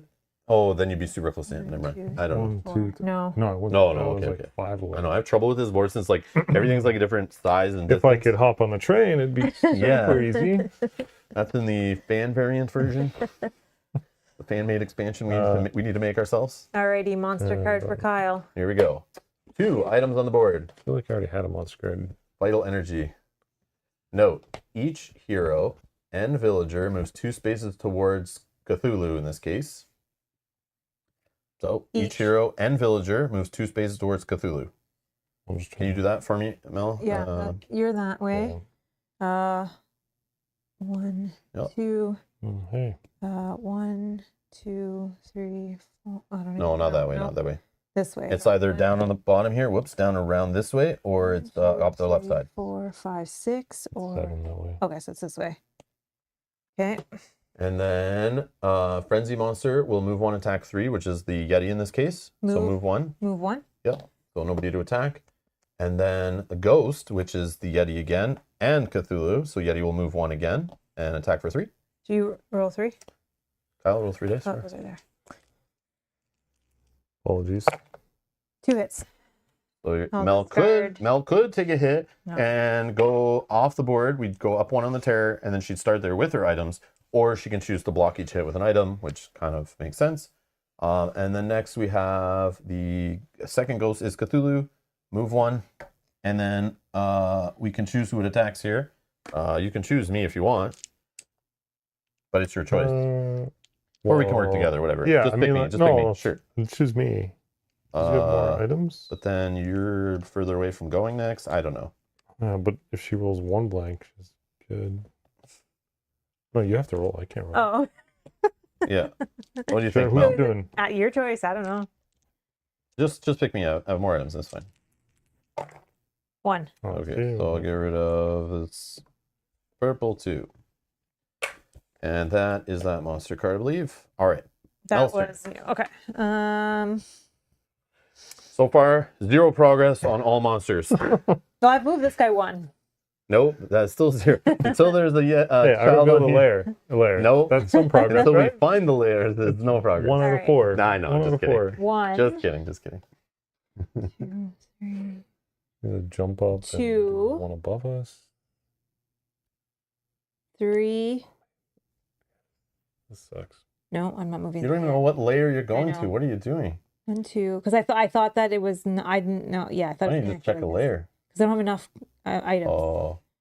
1, 2, 3, 4. Yeah, you move the kids another way, and then we flip the layer. Or remember, there's the card that flips one down and then shuffles all the ones not revealed. Yeah. So we need to flip a second one, I think, up, or at least find the layer kind of quickly. But then it's up to us how fast we want to move the kids there, I think. But obviously, do what's convenient and efficient, I think. I think I just stay there. Yeah. Okay, done. Oh my god. Monster card. 3 items, nice. Gyrocopter search. Oh, here it is. Turn a revealed layer face down, then mix up all face down layers. Move the frenzy marker to the next monster. So if you can flip that layer face down, Well, take all 4 off the board, shuffle them like Kyle put them back out. Yeah, and then Oh, man. Yep. Like I said, no progress. Then move the frenzy marker to the next monster. So it's now the Sphinx is the frenzy monster. Oh, yeah, down here. yeah, and then one. That sucks. It was probably down. We should have looked. I don't think this game's gonna go too hot. It doesn't seem. But all right. So frenzy monster wants to move 3, attack 2, which is now the Sphinx. 1, 2, 3, right? Okay. Or Yep. yeah, because yeah, Yep. and Okay. attack 2. Who's it attacking? Who else is going? The Yeti is gonna go. Yeti will attack me. That's fine. And Is Cthulhu going? no, Cthulhu's not going. Yeah, it's just I'll the. take it this time. You'll take it this time? Just you- 2? Yeah, just roll 3 blanks and we're good. It's just 2, right? 2. Yep. Oh, a power and a hit. That is. So what is the power? Who is it? The Sphinx. So as a group, discard 2 items with the same strength or increase the terror level. Do we have like 2 twos? Yeah, I have a 2. I'll discard a 2 and boom. And you just discard 1 item to prevent the damage. Okay. Yep. So it's the game of the monsters, throwing away all our items and not unless doing. Then you said the Yeti was going. He's moving how many? 3 and 2 attack. Okay. He's attacking me. 1 hit. Wow. What's the item discard pile? This. The whole bag? Oh no, there. Yeah. Oh, Those are, yeah. And then they'll go back in the bag when. Yeah. So Mel can hand that to you. Yeah, You look you need to through look it. through it, yeah. That was me. So Rob's turn. So yeah, if there's like a 6 in there of something, and you want to get like a ton of stuff going, like on these or whatever, or you need we need a specific 4 to finish this guy off, and Yep, I don't see us making that far. it's all good. It's, No, all, it's okay. it's a learning game for you, Kyle. It's all good. We're trying to see how far we can get. All right, this is me. Yeah. Okay. We need some villagers on the. Yeah, there's no citizens, right? Yeah. No. It's so weird. you Such get a weird those? start. They come out of this deck. Oh, I see. Yeah, it's But usually like sometimes every other card. It feels Sometimes like. it's annoying because sometimes they come out and then they get attacked like right away before you can even do anything. Okay. Fine, they're safe wherever they are. Yeah, exactly. Let's go 1, 2, 3, 4. And then I could move, You should have pushed me away. but even 1 space away is No, I know. not. They always move an attack. Like you need to move like 4 spaces. Maybe that's not even enough. Yeah. But I could move any monster 4 spaces. But that still doesn't mean you're not going to get attacked. I could also use an action.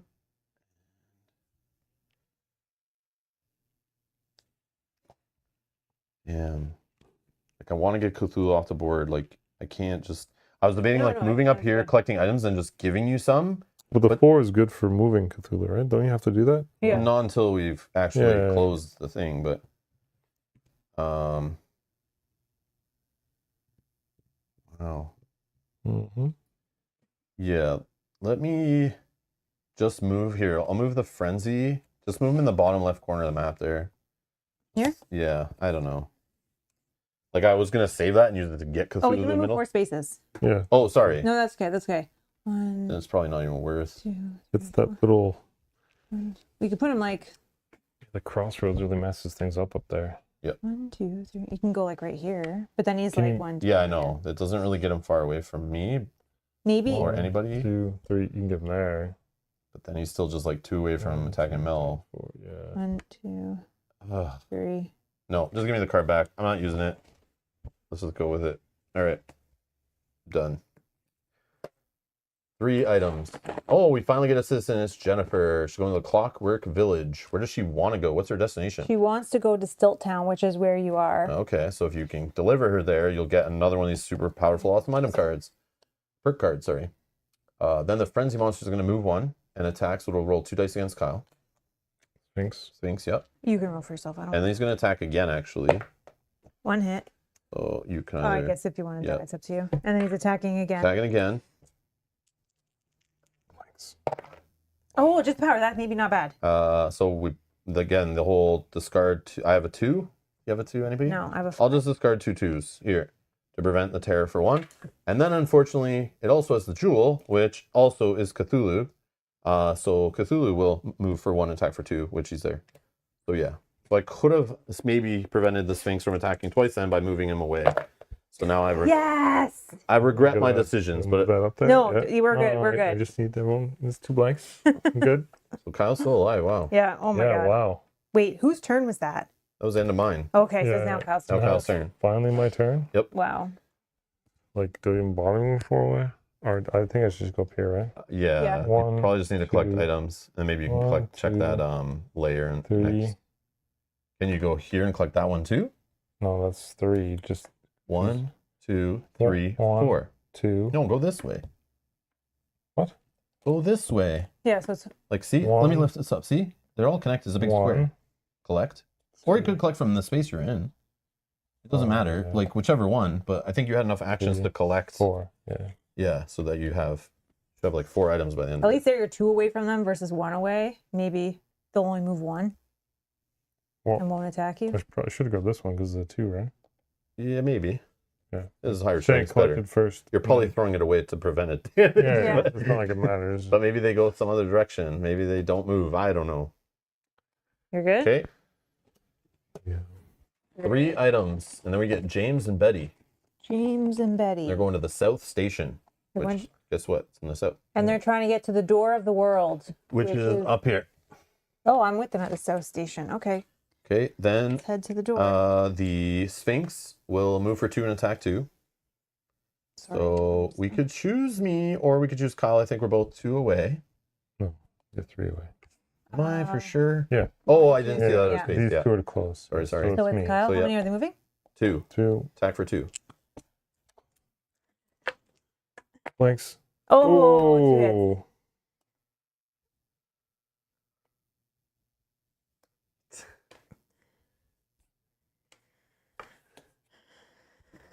Okay.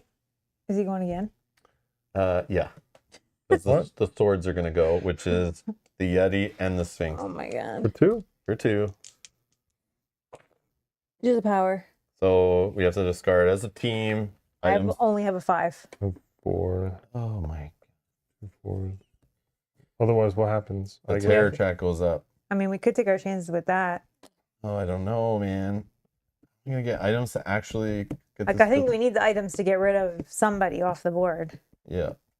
So Terror track, I guess. I would say, yeah. I don't Yeah, know that we're at this gonna rate, it's make it like this never far gonna end. anyways. Then the Yeti will attack you for 2 mil.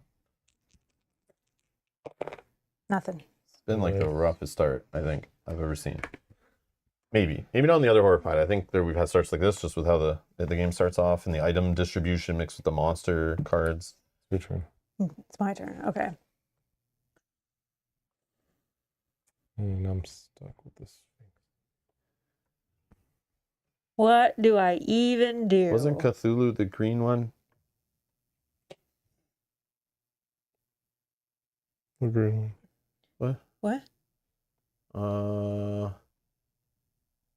Yeah, so in this case, the Frenzy would be the Sphinx, and then the ones with the sword symbols would the Yeti, and then the Sphinx. So Cthulhu didn't get to go this turn, No. thankfully. Okay. All right. I'm just deciding where and what I'm doing. Well, I could do 1. On your turn, I'm going to move the Sphinx away from Kyle. Just move it 4 spaces somewhere. I don't know, whichever way you want to go. That probably. Sure. Here, it's gone. Should have did that before. Yeah, the Frenzy monster goes like so much, it's so annoying. Oh, only the token Frenzy count. Yeah, in that case, it was just like, yeah, the Frenzy symbol, which right now is on the Sphinx. And then whatever the symbol after it is. All right. Not going to pick this one up yet. 1, 2, 3. Discard that. Second layer? Oh, it's that one we already saw. No way. 3, That sucks. 4, 5. All right. I'm far enough away from him. Monster card 0. Descend to Madness. Move each monster with the diamond symbol to the closest hero. Oh my god. Cthulhu. oh, Oh, Sphinx, yeah. Yeah, the Sphinx and Cthulhu. So Cthulhu's obviously closest here, and the Sphinx probably me, one right? space, right? No, it's just 2 of them. It's like they're I think it literally just teleports them across the board, but at least it's just annoying. This card's like so rough. It's like you get no items. yeah, he's going to you. Yeah, it doesn't say move. I'm assuming they just like literally teleport there. But this could be just move 1 space, but I don't think so, because sometimes they'll say they move like how many spaces. And then the potion symbol, The Yeti. the Yeti, will move 1, attack 2. Okay. All right, my turn. Yep. Mm-hmm.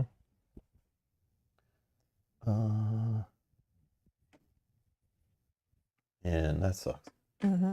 Okay, I guess I'm gonna move 1. You can go in there?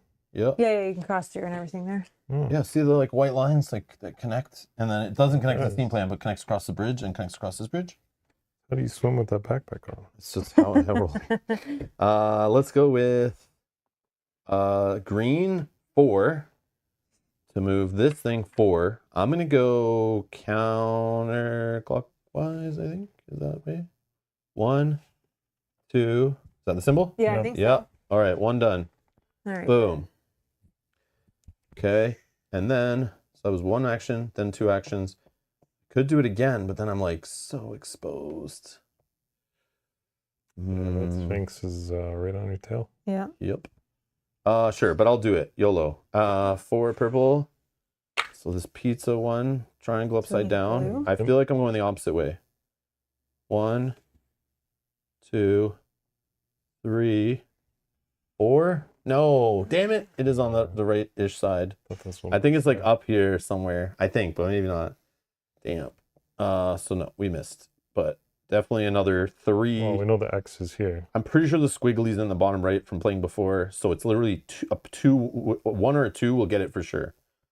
And this one, the X is there. Oh, we passed So it, right? it Yeah. will be Yeah, three? you- Yeah. 3. It'll be the same, yeah. So if you remember that. So we need a 3, blue? Yeah. Okay. All right, then I'll try to go grab that one next and go there. Or it can be like 3-1 blues, you know, whatever you, but then it's like 1 action per item you're tossing, which is annoying. Okay, just maybe 1 to the left. And I'm done. Vital energy, 2 items. Each hero and villager moves 2 spaces towards Cthulhu. Okay, so you're I already ain't getting there. closer. We're buddies. 1, 2, 3, 4, 5. Yeah, just move me to, yeah. And then I think for me here, 1, 2, 3, 4, 5. Oh, 1, 2, 3, 4, 5, 6, or 1, 2, 3. Yeah, it's gonna be this way. 1. Oh, wonderful. Oh, not this guy. Yeah, the villagers. Oh, move villagers too. Yep, Okay. hero and, then and this villagers. guy, then he'll go. No, I think 1, you're- 2, 3, 4, 5, 6, 7, 8. 1, 2, 3, 4, 5, 6, 7. Oh, it is this way. Okay. Okay. Then Frenzy Sphinx gonna move 1 attack for 3. 3 dice for Rob. How many blanks I got left here? Power and a hit. I have no items to discard. If we don't discard 2 matching items, then we're gonna move the terror track up. I have a 2. You have a 3 and a 4. We Oh, can't. okay, so move the terror track up. Easy resolution. And then a hit. On me. Yep. Remove me from the board. And that puts us up to 4. And then the cog is not in our game, so that doesn't do anything. Kyle? Yeah. Yeah, that was your turn. Yeah, I knew the Sphinx would get me. Damn I was it, too push close to me. him, but at least I got Cthulhu like kind of halfway there. Yeah, but you pulled me away from the items I wanted to pick up.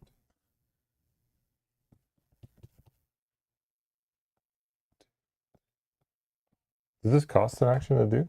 Yes. Yeah, it's the and reveal. items. Man. I know.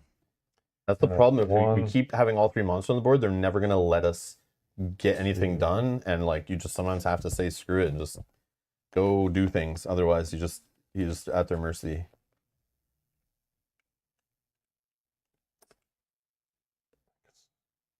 There we go.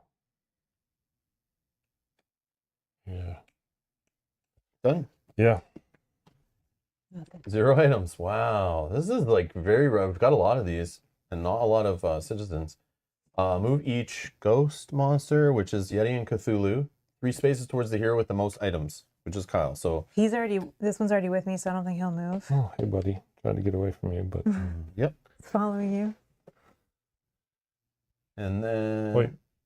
I think like this is weird, right? Like I know it says when they move for this, like they're supposed to stop moving if they enter a space with a character. And if they're in a space with a character, they're not supposed to move. But it's like, yeah, I guess it's fine. Guess we Okay, get it. Frenzy. Yeti Frenzy. doesn't move. No, I don't because think he's already so. with me. So the Sphinx is going to But move. they're supposed to move until they hit a space with a character, and then they kind of like stop. He's only going to move 1. And he's got to come this way. Okay. And then Yeah. Sword is Yeti and Sphinx are gonna Okay, both move so for 1 attack for Sphinx. 3. And then Yeti, he'll attack me for 3. Yep. Hit power first. The Yeti is the closest hero or citizen not in the Yeti's location takes 1 hit. So I think we can choose Kyle in this because they're both 1 away. Yeah, well, and then you would choose heroes over Yeah. citizens. And then If 1. there's a tie. I'll get rid of that for my hit. Alrighty. Then my turn. Wait, what? You threw away one for a hit? Oh, for that hit. For the hit me. Yeah, I he gotcha, hit I me, gotcha. and then that was for the power.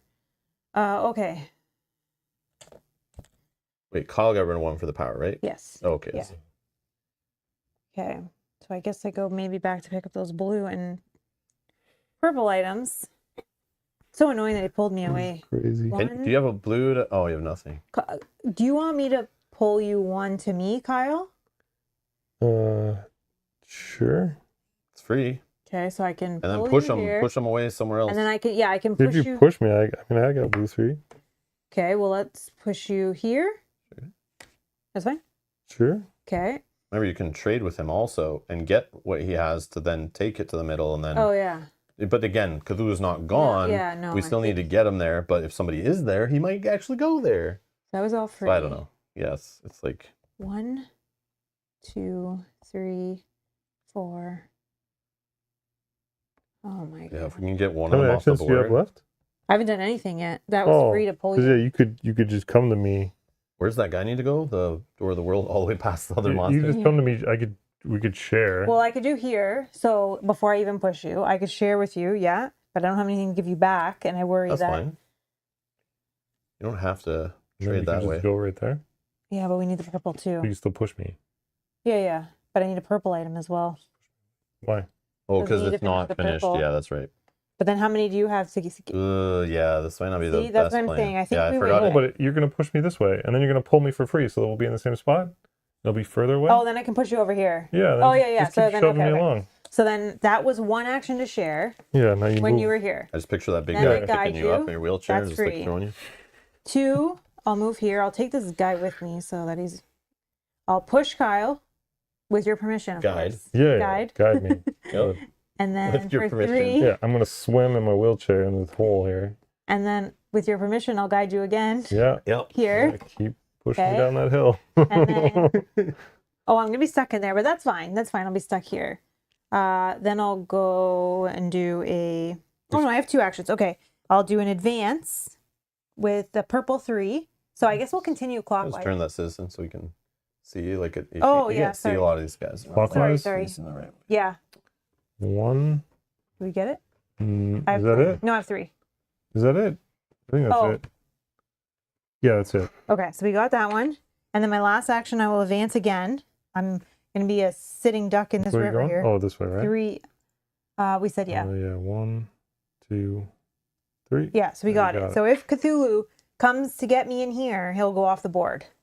That's kind of maybe ideal. How many actions do you have left? That's it. Oh. But okay, once 'cause you did Cthulhu both. comes in here, he's gonna I see. leave the board. So that's good. Okay. Monster card. Yeah. Yeah. One item. One measly item.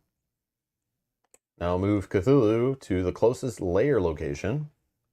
And then because the frenzy's crossed out and we don't have the cog enemy, the monsters don't do anything. Yay! Actually, was that the closest?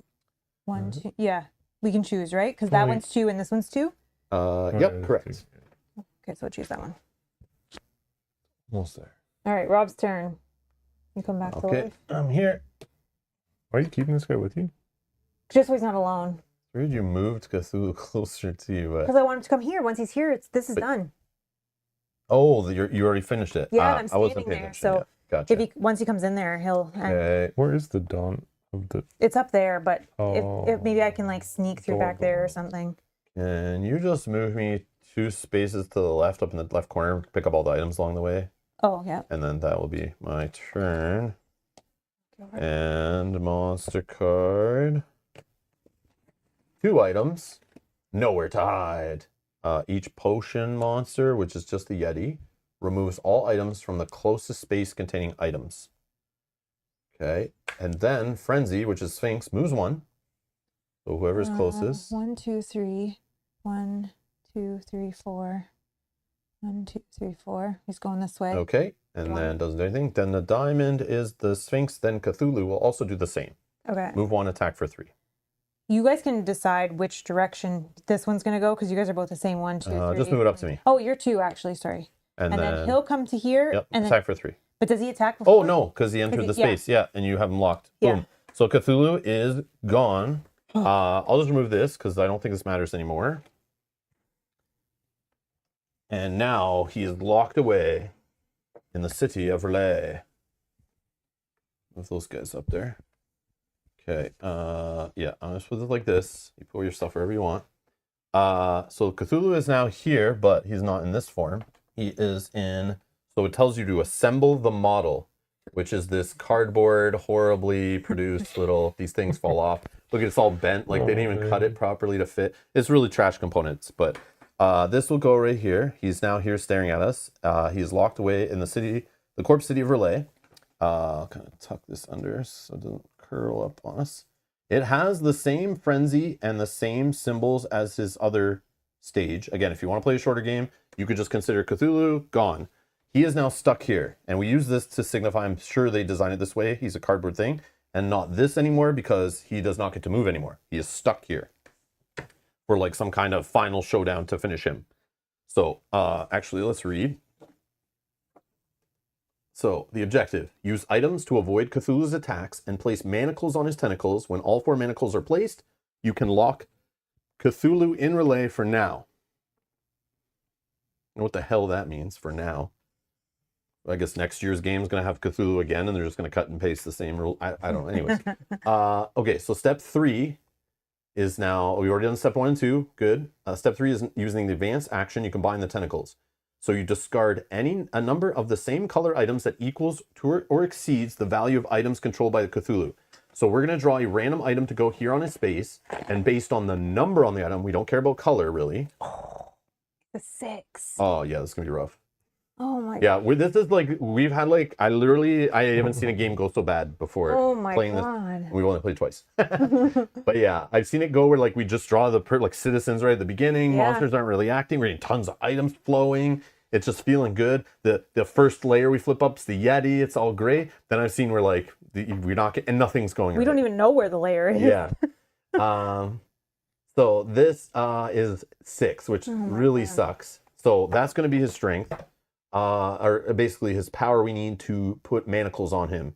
Manacles are these amazing little purple cardboard tokens that actually go on like little handcuffs, little manacles that go on his little arms here. Okay. Once you get all 4 on there, you can then advance to the next stage or step. But again, based on the number that's here, this can change. There's a way it changes, which we'll see in a sec. But for starters, you literally have to throw away items. And the worst part is, it actually costs, I think it's like, doesn't matter here. Discarded, you can only discard 1. Yeah, 1 item per action. So it's like, this is really rough. So because we got a 6, there are very few 6s. So we have to literally, like, if you have a couple 2s and a 3, you will literally have to spend 3 full actions to put 1 manacle on this guy. And the colors have to match. So trying to line that all up and get in here, this is all 1 location, it's crazy. And after you put a manacle on him, depending on the color it is, you will actually put your miniature, it is all still 1 location. When you move in here, you move from the void now. This is connected to here. So you go in here, you end here. But once you put a manacle on, based on the color you discard, you will move your figure onto the color that matches, okay? And then based on his item on here, when he rolls his power, he will do an attack against basically the one that matches this color, I think, and then discard this and replace it, which is crazy. Okay. Yeah. Does he affect our game while he's in that? No. He does not move anymore because he's stuck there, but if you're in the space, he will attack you like normal. Oh, okay. And other monsters can chase you into this space. So we kind of want to just leave him here and forget about him, I think. Get rid of the other monsters, build up items, because you don't want to go in there and bring the other monsters with you, because then it's just way too much damage, and because he'll be, and the other risk, though, is if we kill the other 2 monsters and leave him last, he'll also be the frenzy. So while we're in there, he's going to be attacking way more often. But a lot of the cards, all the other symbols of the monsters that are gone, we don't have to worry about them either, so maybe we'll get lucky and we won't get him attacking so often. But the frenzy kind of always goes, almost. And then his power is Cthulhu's tentacles. Deal 1 damage to each hero standing in the same color, like I said, as Cthulhu's item. This damage can only be blocked by an item of the same color as Cthulhu's item. So, weird. And then, for each power rolled, discard and replace Cthulhu's item with a new item. So like, Well, we'll have to do that at least once just to get a lower number. yeah. So it's like you kind of want to go in there, put a mana claw on him, and have him attack somebody to replace his item and hopefully get a lower number. Both times we played, we got a 2. Yeah. And it was like, oh, sweet, that's easy. But yeah, this is crazy. Then step 4, once we get all 4 manacles on him, when all the tentacles are manacled, all heroes must be in relay. Use the share action to gather items from each other hero. Then discard the items to defeat Cthulhu and lock it in its vault. This is like so confusing, but what it basically is saying, based on that super long... Yeah, we all have to be down there. It's got to be a... Yeah, we all have to be in relay.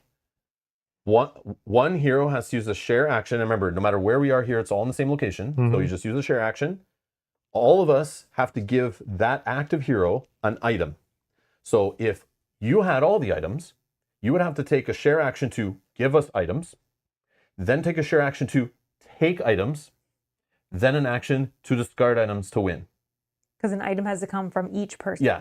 So if you only had 2 items and Mel and I are in there with you, there's no way for you to do the... I think 2 items are fine. Share was just like you give whatever to win. Yes. It is, but in this stupid, I guess, it's like, dumb, makes no sense, weird thing, you have to have used the share action to get items from the other players. It doesn't say an item for you, though. So I think 2 items would be fine. So technically, you could be in there with 2 items, share them to us, or Mel and I have some items each. If you were the active player, you then do a share action to take them from us. We can trade it any way we want, but as long as one came from one of us to you, another one came from the other person to you. So I guess it would make sense all in that share action. But again, I think they have to have a start and end. It's not like here you take it, then you take it, then you take it. Like those are separate share actions. Yeah, I think so. But then another action to divvy them up. It's so weird, but that's kind of what's needed. So basically, he requires a lot of actions to finish him off here. But as you'll see, with him not on the board anymore, harassing us, it might give us a breather to maybe get rid of these guys quicker. But the clock is ticking. Yeah. So we need to collect items, get in there. And the cool part is, for the first part, what I was doing with Mel with this character, if she went in there with some items, I could be outside collecting items and literally using my action to pass them into her.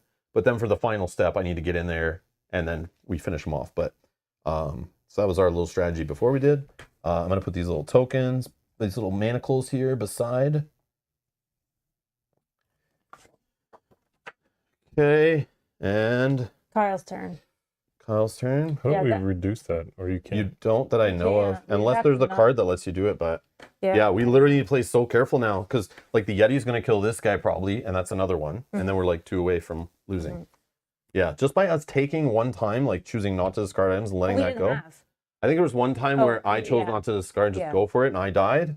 But it could happen again. Like right now, we don't have a lot of items. So hopefully without Cthulhu on her, but the Sphinx is still the frenzy, still going to be going a lot and being annoying. So yeah.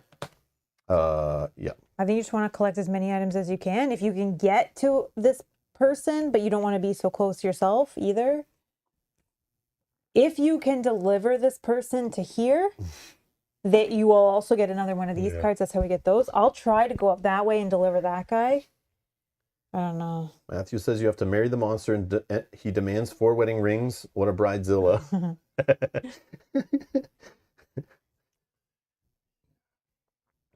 They look like charms for like rainbow balloons. Hey, don't hold them too tight. You'll break them.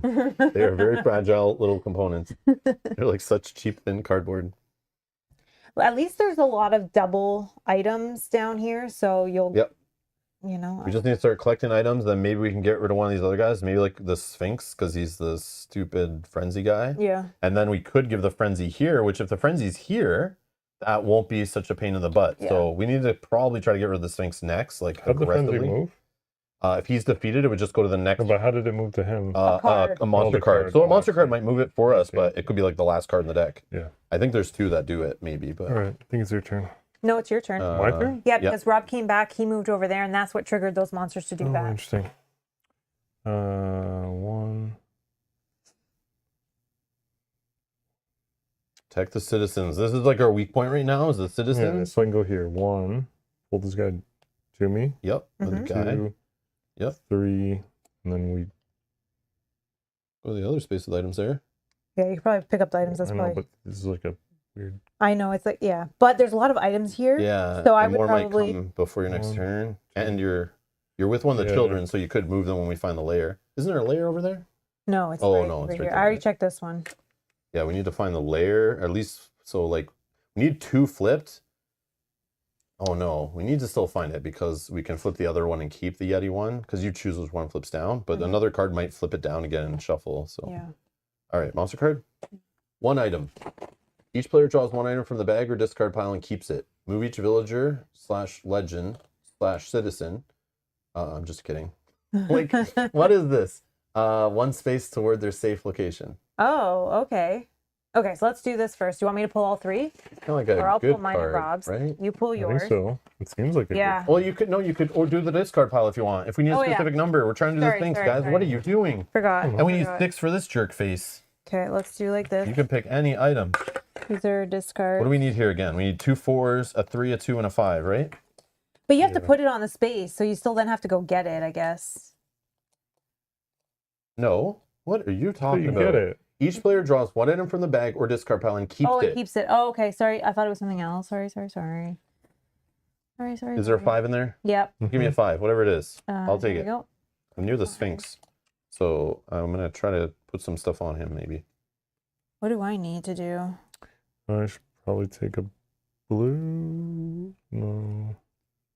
So Sphinx Blue. color doesn't matter. It's really number until greens. Greens are important when we finally get it filled in, but let's get there first. But a high number green would be good for So later. many 2s. I have a 4, a 5, and a 3. We need a 2. I'll take a 2. Well, Kyle has a 2, but yeah. So just Oh. like if Grab we're- another 4. Oh, I can't take a. Oh, you got a 4? Oh, you and the pick Yeti first. needs like 1 of each color, but we're not even Take close. it, take it, take it. I have a 4. Okay. And 3s and higher are good because of doing the layers. We still need to flip layers Oh. over, so Oh, like yeah. being efficient with that, you know. Yeah. High numbers are usually better, but Alright. in this case we need some specific ones. Then And we then in need this to case move- we need really high ones, but we're not going to do that for a while. So Then we need to move the villagers 1 space. yep, towards their 1 space space now. towards their destination. So just read the bottom of them Keep and going there. So Okay. 1, 2, 3, 4. So Okay. it's just moving back here. Okay. you just put on so they face like down the bottom of the board because it's like on the screen. They like are paper thin when you put them sideways. Then the diamonds. Thanks. Cthulhu won't do anything, but the Sphinx will move 1, attack 1. Oh, Hey, dude. attack 1. Okay, come on, blank. No, sorry. Boom. Let's get rid of 1 blue. That's that. Okay, my turn. These freaking monsters. 1, 2, 3, 4, 5. My God. James says, "Are we sure Mel isn't on the side of the monsters? She seems quite intent on not getting items. Mel's doing good. She's like moving people around. No, She got Cthulhu where he needs. She finished this That's guy. what. Yeah, that's why I had no items. That so I was finished huge. That. Also, Kyle gave me the items I needed to be able to do that on my turn. Yeah, but Kyle is wouldn't have good. to if you had collected them yourself, according to James. He James travels- throwing shade in the chat. Does he travel with you for free? Yeah, right? Yeah, he will. But I was trying to think. You can get him there. Yeah, getting some of those cards, Mel, are huge because we could do And then things just, like can you just push him at put the more end items on the for free? board. Oh no, it's here. I can't push him for free, but I can just take him there. Yeah. I should be pretty safe up there and then collect items on my way back. You might get a sick card that just like I teleports check you or something. Yeah, or I check the thing there. Okay. This guy though might be a problem, but that's fine. 1, 2, 3, 4, 5. He's where he wants to be at the door of the So world. remove him from the board and draw a perk card. Let's see, Finally, what'd you first get? perk card. Ironclad Buggy. Choose a space with a hero. You may place any number of heroes in that space, which is great for getting together and then sharing items and stuff, and or protecting each other. Yeah, like do you want to be out of the space of the Sphinx? Well, Second- I do want to put some items on the Sphinx, Oh, okay. but then maybe on my turn you then can move me away from him after. When you have no items, yeah. Okay. But he might hit all the items out of my hand here before that. Okay, so I'll stay where I am. He So doesn't- then I can check that on my next turn. Oh, good call. Okay, Yeah. so that's it for me. Good. Yeah. 3 items, yes. And then we need Howard, Mr. Owl Howard. face dude, He's going on to Steward's Fire, Fire, which which the is, fire like, is right somewhere here. over there, yeah. Oh, see, this is when Right I'm on the like, Yeti. why does this happen? And the Yeti will go and attack him. Yeah, this. So same maybe thing- he'll miss them. Yeah, so annoying. Yeah, that's annoying. So Frenzy will go, which is the Sphinx. Move 1, attack 2. So he's attacking me for 2. What a piece of crap.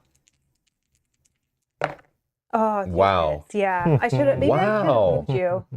And then you went to him. I'll get rid of my 3 and 4. Oh, dang it. Yeah, that's so rough. That is so rough.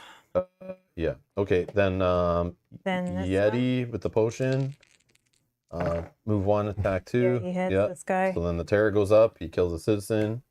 Out of our control. Citizen just spawns and dies. Yeah, That's awesome. Great feels. Great feels. Okay. Then. All right. Your turn. Oh wow, great. I guess I'll put this 5. I think that goes here. I'm pretty sure. Yeah, because we were saying the 4 goes here. 2 goes here. 3 goes here. 3 and oh no. This 4 goes here. Yeah, 3 goes here. 2 goes here. No. Or 3 and a 2. 3 and a 2. Yeah, 3 and a 2. So then it's 4, 2, and 4. Does that equal 10? Yes. Okay. Good. All right. Then move me away from the Sphinx, and then over to the other location with items, and then pick up items. Okay. And then do you want me to move you to either myself or to Kyle? Sure. I'll go down where Kyle's at, because maybe I can get some items down in that area, or help with that citizen, or safer over here. Yeah. But well, for now, until the next card makes them all jump on our head. Hopefully we get more items down there too. All right. No items. Then move move the Sphinx to the closest hero. Why not? 4. That's me. Why not just teleport around? Then the Yeti is going to move 1, attack 2. Nope. Yeah, because it like. Yeah, but it doesn't attack. So yeah, it doesn't. Okay.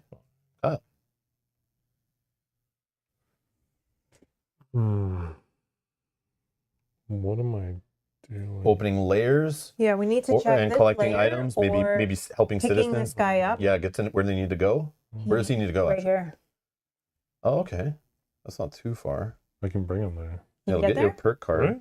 Right? 1, 2, 3. Guide. 4. You can guide him too, so you don't have to go all the way if you don't want to. Well, maybe I want to. Okay, I'm just saying. Yeah, you can do that if you want. Yeah. So he's there?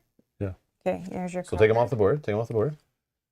What do I get? Choose 1. Move each monster up to 2 spaces, or move each hero up to 2 spaces. Which you can do now or on anybody's turn at any time, as long as it's only a hero's turn. Oh, yeah, if it matters. This is your turn, right? I'd like to stay where I am. Yeah. I think maybe we can get lucky. Well, I mean, I don't know. Oh, he has a frenzy monster in your space. Yeah, because if I lose this, then I can't check it anyways. You're right. I don't know. What This game is trolling me. It's only 2 spaces. Move each monster up to 2 spaces, or move each hero up 2 spaces. Like 2 spaces isn't much. But he could maybe draw like a move 1, maybe if we're lucky. You could like move him down to here and then like move the Yeti like back over in this corner. Yeah, because maybe we get lucky and nobody attacks. Yeah, it's a chance. He's the frenzy, so he's like really likely to go, but 1. Yeah, or whatever way you want to do it. Where are you? Oh yeah, you're safe there. Okay. And then you can move the Yeti, like move him like in the bottom right corner or something, just like mess with. Maybe that's good. I don't know. Then we find out that they all just move right to Bell and they just jump. 3 items. Then we get Miss Spindlewood starting in the House of Dusk. House of Dusk is Left on side, this I think, side. yeah. Yeah. She's trying to get. Oh, she's trying to only get right here. She's not going very far. Well, it still is a lot of House spaces. of Dawn. And then the Frenzy's just going to move 1 attack 2. That's it. See? That's the situation it's in. So this guy will move just here. Yeah. Great. Great. And some more items flooded on the board. That was not bad. That was not bad at all. Alrighty, my turn? Yup. Okay, I will reveal. So action 1, I'll reveal. This is not the layer. Womp womp. Okay, that was 1. So 50-50 chance now, unless the game flips 1 back over. 3, 4, 5. We know it's down here, and I can maybe. Oh yeah, we can make some educated guesses. No, it could be this. Oh yeah. Hold on. 50-50. That area is safer. 1, 2, 3, 4, 5. I'll go this way then. Try that one. Okay. Done. Okay. 1 item. Okay, the spire is somewhere. Right. Okay, then each sword monster, which is the Yeti and the Sphinx, deal 1 damage to each hero and villager in their space. Nobody. And then Cthulhu, he's blocked away, so no one's in his space, so he can't attack. So see, removing one monster can just kind of make some dead turns, kind of, which is nice. You need to get rid of that Sphinx, though. He's rough. Or the Yeti, one or the two. What do I have to put on him again? Oh, the 3. I have 2 The kids? 3s. No, this guy. Oh, sorry, it's Sphinx. Yeah, I have 2 3s and a 2. I only need 1 3 and a 2. Oh, I have a 4. I need 2 4s on him. I have 1 4. And I can. 4 and a 3, and then a 2, I thought. So to get 11 here, this is 8 right now, so we need a 4. Yeah. And then, we didn't do this right then. No, something's wrong. Maybe the 5 need to be here? That's what I was asking. So 3, and this needs to total 11. So there's a 3 there, so 8 has to be here, which I thought we said a 5 and a 3. Yeah. Mm-hmm. Yep, and then a 4 would be down here for this 9. Yeah, and then a 4. No, a 2, because that's equal 2. 5. Yep. So 3 here, then a 2 here. Yeah, so that's 6. And then a 4 here. Yeah, yeah. it's 10. So 4, 2, 4, and 3. Yeah. Yeah, so I can do everything but 1. But then you're with him, right? With no tokens? I'll have 1 left. It's like what we gotta do. Like sometimes you just gotta risk it. Oh yeah, because it's in action each time. Yeah. Yes. So it's like 1, 2, 3, 4. Yeah. I won't. The other thing is you could build up And get kind of close to him, so let him come to you. And hope that you can get to him closer on your next turn, so you have more actions available. Yeah. Because then we also need what, 6 of 6 or higher green need to be discarded to get rid of him. yeah. Whose turn is it? Yours, I think. Is it? Yeah. Yeah. Right, I think so, Rob. I guess I have to pick this up. Did you go, Rob? No, I don't think you went. I don't know. You didn't go. No, it's Rob's turn. It's Rob's It's turn. your turn. It is? Yeah, because I did this. I went up here and checked that Where layer, am I even? and we spawned like Jennifer. Or not Here. this Oh, one. yeah, you moved me down. You were Yeah. going to pick those up, and Okay, yeah, sure. Pick some items. there's lots of items down. Yep. No one has a perk card to move. That would be key right now. Moving a hero to the Sphinx. Well, yeah. And then you got this right there, but Yeah, move me to that person. Pick up again. yeah, it's got a 6 in it. So Yeah. And then what I'm going to do, I can distribute some of my items now with my final action. And it says, you may distribute any items you have to other players. So I'm assuming I just Oprah some love out there. And Mela is technically closer to the Sphinx. Oh, but she's closer. Yeah, I'm we going to need try to do for it later this too. next. Okay. So what do you need, you said? I need A 4? one more 4. Okay. I'll give you another 4. And then I only have this 3 as Yep, but hold on. I'm going to give you, I'm trying to think. What do we need? But what's your other green there? Because if you can save that green, do you have another 4? No, this happened to me last time too when I was trying to get rid of the Yeti. It's like you need greens, then you have to use the greens to get rid Oh, of I on a guess he's green. gone to green. Oh, yeah, okay. yeah. So here, I'll give you another green just so you have like 3 of greens. You need 6 worth of greens to get rid of them after you put the stuff on. And And then then you might need something to throw away. I'll just give you another defense. Yeah, this is my throwaway pile here. But if you can keep those greens, try. Yeah, so I have 1 throwaway. But I'll pick up another. This all goes on the Sphinx? Yeah. Yeah. And then this is all you have for defense? Well, no, because I'm keeping the 3. Yeah, no, but I'm going to pick up another he's gonna one. pick up that one, so he'll have that 2 I'll as well. have 2 How defense. much is that green? 3. So he'll have like Yeah, this. this will be my defense, and the 2 3s will be the 6. I mean, here. You got another one. Yeah, to keep you nice and safe. Because if you have the frenzy monster on you after you do all that, Yeah, but am I waiting for him to come to me? Is that he might not go your way not go- though. it'll He might depend. teleport. He might switch Where is with he right people. He now? might run after a 1, citizen. 2, 3. Like a citizen could 2. spawn and he goes a different direction. Yeah, like right now I'm 2 away from him. You're 3, so he's coming to me right now. Yeah, but Yeah, and I don't have a way to move anybody, so this is all that's happening on my turn. 3 more items on the board. Yes. Fill the board. This guy is. Then we need Raimi on the Thornvine Woods. Yeah, and he's trying to get to. Oh, he's near the Yeti. He's trying to get up there. That's not good. Okay. Yeti's been killing. And the Yeti Taking is off going to move people. 1, but it won't be enough. Desk. And the Frenzy will move 1. Door of the world. 1? Oh, the Yeti's moving twice. Oh my god. Okay, so Sphinx moves 1, attacks 3. Nobody. Then Ghosts will move. Ghost is Yeti. Will move 1. Oh, that's And good. that's Oh, it. he doesn't attack. Yeah, you. so Okay, I thought he had a ghost too. My bad. Okay. So now he moves closer to you. But again, you won't have enough action to do everything. Yeah. So that's why I gave you extra stuff so you could go in there, do as much as you can. Then he probably hits you a couple times. Hopefully you don't die. Well, Yeah, it's like, do I pick up the 3? I just pick up that item I need and to pick this up. and then go to him and do what you can. 2, 3. And just put like one thing on him and get it started. This Yeah, Whatever the hardest one is, like the 4 or something, just in in case case you you lose lose. an item. Keep those greens. Those greens are like gold, man. Don't lose them. All right. Okay. Okay. 2 items, and then aquatic convergence. Move each monster 2 spaces towards the closest blue wrench monster, which is Cthulhu. So So they're both the Yeti will move 1, but then I think stops at the citizen. in this guy. That guy. will go- This is the problem. Like he has someone in his space. Oh, yeah. So he's does not he moving. move? No, he's not moving. Okay. Because that's what we did with the other Yeah. And then monsters with the red hand, which is the Sphinx, will move 2 and attack for 1. So it just attacks Kyle for 1 die.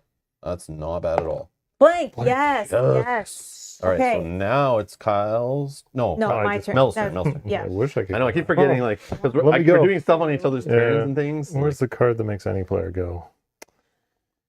All right. We need to save the One. villagers though. We're 2 away and we lose. So Oh, like, hold on. keep items for defense and help villagers. How Is am I like, gonna get that? but also Yeah. we have this many-ish turns left in the game, which is still quite a bit. But Yeah. just yeah, we 1, gotta watch out because we could just die from civilians. 2. We're gonna get rid of this 3 to reveal. Not. Oh my God! It's not the layer. That's So good, it is though. there. Okay. Now we Okay. know. And the kids are yeah, right the there. kids are right there. Well, the other one's a little further, but I can maybe try to move 4, it on my turn. But 5. All right. That's it. Oh yeah, but this guy. Oh man. I know, this guy could die. I know. Yep, I that's what couldn't I'm get saying. All right. there. Monster card. Wait, where were you? I was up here. I picked up an item. Wait, what is 1. this? Like this monster card here. I don't know if I just dropped it when I was playing with the deck. I'm just gonna shuffle it in. I picked up an item. So 1, 2, 3, 4, 5. Uh, 1 item. Move each Cthulhu monster to the closest like Cthulhu's the only green purple eyeball, so he's not moving. And then the clockwork guy, so nothing happens other than the 1 item. Okay. Oh, This is man. good. This is good. Rob's turn. You gotta save. Where this am guy. I? You're right here. Save this guy somehow. Where does he want to go? This guy wants to go right here. What's it called? Spindlewood Institute. Okay. This guy's gonna. I know. We Yeah. might have to just hope that maybe he's safe for a minute. I can get there. 1, 2, 3. I can get there on my turn. Okay, so what I Until can late do, hold one. on. How I far know. is it to get there for me? 1, 2, 3. No, to this guy. Oh, 1, 2, 3, 4, 5. Not happening. Well, 4, and then you could pull the guy. But he only has 4 actions. Oh. Yeah. Only 4. So that is out of my control. It's 5 to get her to where she needs to go as well. Just bring But it's her- not so much about getting where they need to go, Yeah, just keep them just safe. Bring Yeah. her, bring her here and grab these. Got a 6 there. I don't know. Okay, so pick up item in space, Okay. move me 1 space, guide kid 1 closer. This way. Hold on. Yeah, that. 1, 2, 3, 4. No, I yeah, want him to this way. come this way, yeah. Yeah, sorry. And then, You wanna so move. 1, 2, 3, 4, move me where those items are with the person. And then that's all. Okay. And then monster card, 3 items. We put Dr. Weir on the Skybound Galleon, which is that floating airship where you are. And he's trying to get across to the Weir Observatory. Okay. Sphinx is going to attack Kyle for 1. And then Sphinx will attack again Kyle for 1. Blank. Blank. Can I use a different die? Because maybe I burned out the blanks. Oh. No, that die was fresh, ready to go. The next one was ready for some hit. Okay. And Serene. Okay. That was my turn? Yes. Finish it. Yeah. So I'm going to use 2. 1 action, Oh, sorry. The 2 is down at 1. 2 actions, 2, 3 3. actions. Okay, let's check. So 3, 3, 6, 5 is 11. 3 and 4 is 7. 3 and 2 is 5. That's right. 5 and 4 is 9. And then 4 plus 2 is 6. Plus another 4 is 10. We're good. So if you have an action Yeah, left, last action. 6 plus worth of green items Six discarded. Sphinx be gone. Yes. So And then that's the good. frenzy will move to the Okay. next. Oh, man. But now we got to pick it up on these children. It just throws in the discard pile, I think.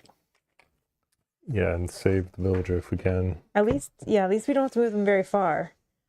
One children's already in the lair, so that's good. And if we can kind of keep him there,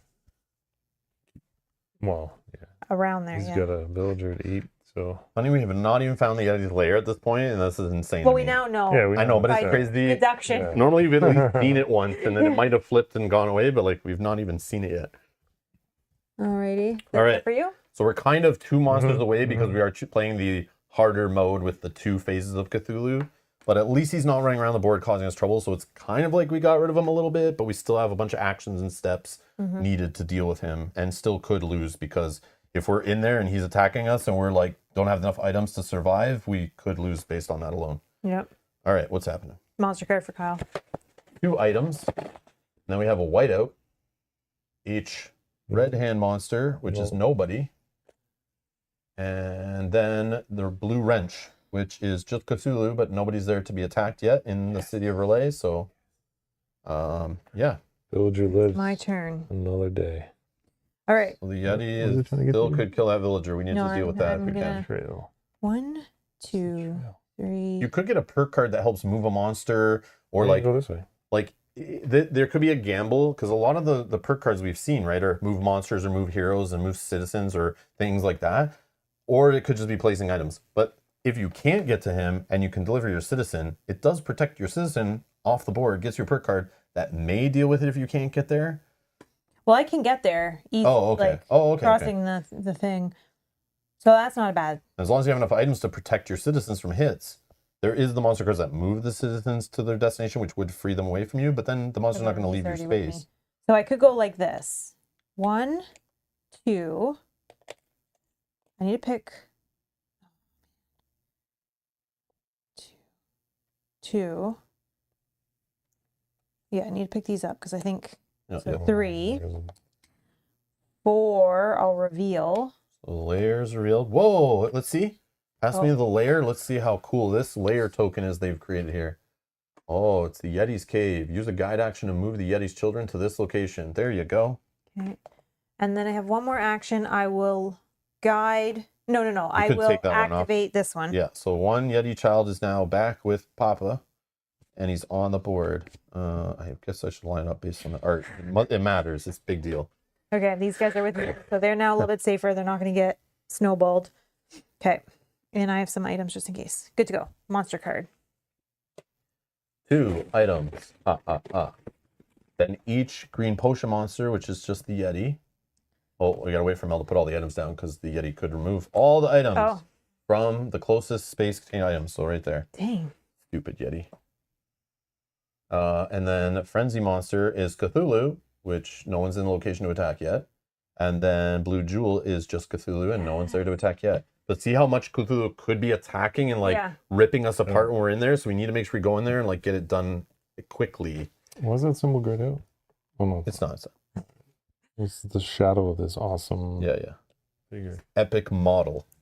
Alrighty, Rob. What are you doing? Listen, I went through this step. It took a long time when it said here, step 1, build the Cthulhu model. Okay. It took me forever to build this epic model. Yeah. Oh, yeah, can't even see it. Super epic model. Yeah. Okay. All right, Rob. Rob, there's another 6 here in your space. Figure up. I know, I could just do my whole giving people items and just support until... You could. But I need to keep some for when I go in here for defense and trade. Yeah, you can keep running. But you guys don't have much either. And we still haven't got rid of the There's Yeti. a 6 up there too. Yeah, by No, you, I'm not Kyle. getting all the way there unless someone Kyle. teleports I'm me. there. Oh. I'm there. Okay, hold on. Still need to guide these guys to their lair. So, yeah, move me here. That's 2, Guide child. 3, Guide child. 4. Oh, perfect. And then done. 3 items, please. And then we have fish guy in giant mech suit. I only had 2, so I'm putting these out, and then I will shuffle the bag for one more. Oh, discards piles going back in the bag. And yeah. Oh, here's another one there for you, Kyle. Okay, then grab Fishman Citizen there. Oh, yeah, sorry. And Fishman. put him on the Arcane Forge. Okay, he's trying to get to the steam plant right here. And then Frenzy Monster is Cthulhu. No one's there. Ghost is Yeti. We'll move to attack 1. It's already with me.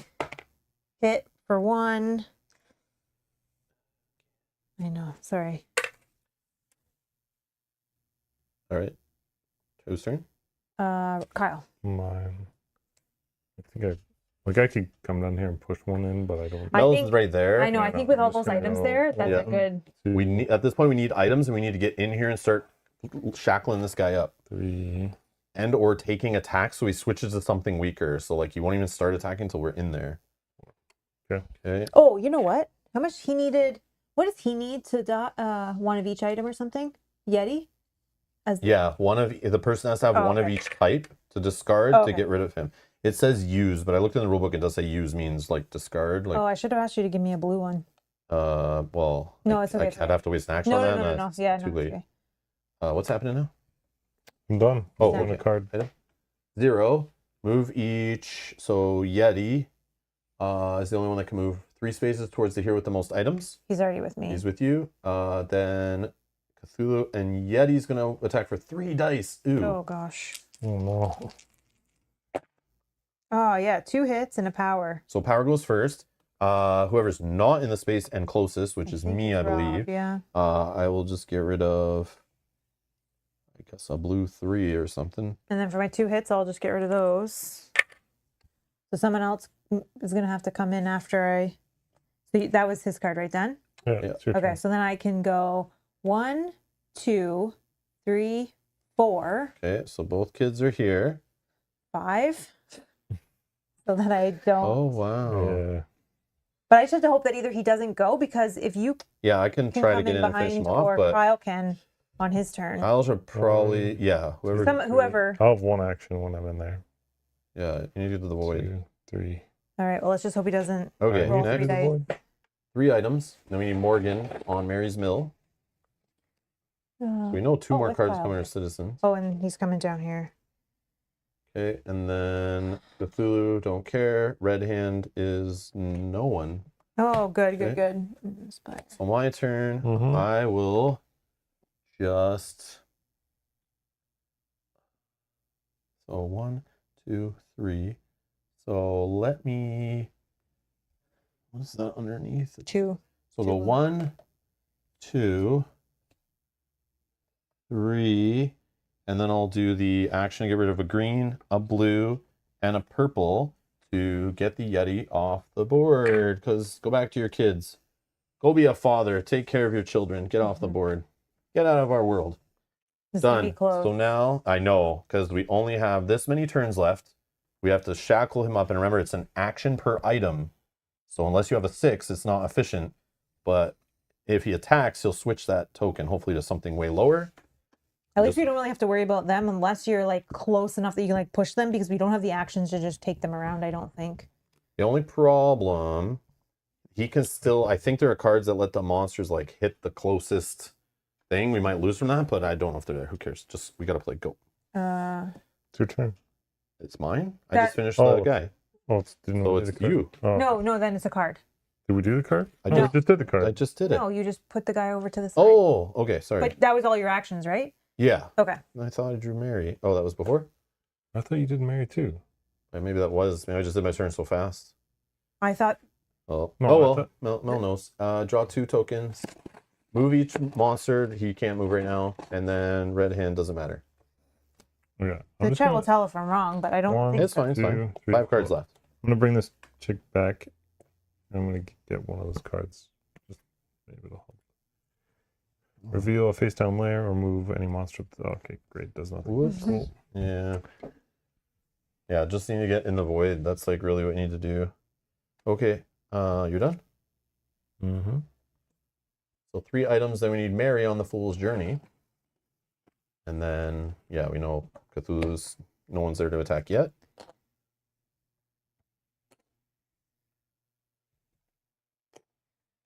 All right, I don't have any freaking items. I'll pick this up for 1. There is a whole pile right to the yeah, left I know. of the void. I know. I'm gonna go Well, there. once we 1, can share, right? Like these spaces 2, are all adjacent. 3, Yeah, but that's an action. That's 4. like, yeah. 5. I have enough for that. I'll get in the void next. Yeah. Okay. I'll You do have it that. there still? We'll Yeah, see. maybe. Okay. Item or monster card? Yep. 3 items. Then we need Vaughn on the House of Dawn, which is over here. 3 items. And then it's only Cthulhu, so no one's home to attack yet. I think if I went in, I would have got destroyed by these cards. That's the problem. Because, like, Well, it but depends what you'd he would want roll. to. So we needed someone in there so that he switches this, right? Like he won't switch it unless he's actually attacking somebody. He needs to roll that power symbol, like, and if he's not rolling dice ever, he's never rolling that power symbol. But it's okay. Like we're doing what we can. My turn. Oh yeah, I could have. If you wanted, I could have pulled you to me. If you. Yeah, sure. Okay, sorry. Thank you. Yeah, James, that's a smart idea. But I have no items, so but I'll still go in and I can still die once, right? So Yeah. My turn, is it? Yes. I think. Oh wait. I went. But you could guide me again into here. So, Yeah. but then I would have taken an attack. So maybe not. I It's did not a good this, idea. and then I think it is. Did you? You didn't. it's Rob's turn. It's Rob's Okay, turn, so I'll just go in the void because we have like no. This is like my last turn, I think. And then what I'll do is just show how the manacles work. So I will discard a 6. Perfect. A 6 doesn't matter the color, just a 6, but it is purple, so I will go on the purple space. That will put a manacle on him. So 1 out of 4 done. Then I'll just discard this other one, and it's also purple, and I'll just sit on the same space and put another manacle on him. Now here, And then I can move out. Oh yeah, I was gonna say. But we need him to switch this unless you guys have. Yeah. Oh, you have a 6. Yeah. What do you have a 6? No, but I have a 5 and a 2. That's 2 full actions just to do that, but that might be their play. My worry is. But if then you I'm not in die- there to give items, and I don't have items anyway. No, but my worry is if you die, you come back here and you can't Oh yeah, get in there true. fast So enough. just move me back out then, Okay. right? Because that's I moved in, 2 of those moved out. If I'm gonna be able to do it on my turn, I'll pull you in. Oh yeah, true. So then- Yep. Matthew, thank you for the super chat. Rob's a model, and you know what I mean. And Rob does his little turn on the catwalk. Yeah, on the catwalk. On the catwalk. Yeah. Rob does his little turn on the catwalk. Matthew, thank Are you happy, Matthew, that I just did that? Does that make your night? That better make your damn night. You son of a... Thank you for the support. Thank you for the super chat. It would have been funny. Bastard. It would have been funny if you just read that like flat. Yeah. Rob is the model. You know what I mean. I do my little turn on the catwalk. Yeah. All right. Alrighty, it's Kyle's turn. That song takes me back to what, like middle school, I think. She's gone. That was like no, one of this those is- one of those overplayed summer jams. I think the 4 only gets. Yep. 1. See, Mitch just unsubscribed, just left being a member because of that. Thanks a lot, Matthew. But you could. But I can guide you both in, Yeah. I literally lost viewers because of you. and I'll try to make it turn on my turn. So then hopefully you can finish it on Okay. yours. But Card. all right, We now know what songs Matthew's listening to in his Walkman right at this moment. 2 items, please. 2 items, not from the. And then Red Hand Monsters is nobody. And then Wrench Monsters, Cthulhu. No one's in there, so done. Okay, Kyle, can we do a trade before I go in there so I can do Sure. more than one action on the 6? Whatever you got to do. So you do a share action. Share action. Yeah, because then I can do it twice. Do you want anything else? No, that's all I'll be able to do because it'll still be on purple.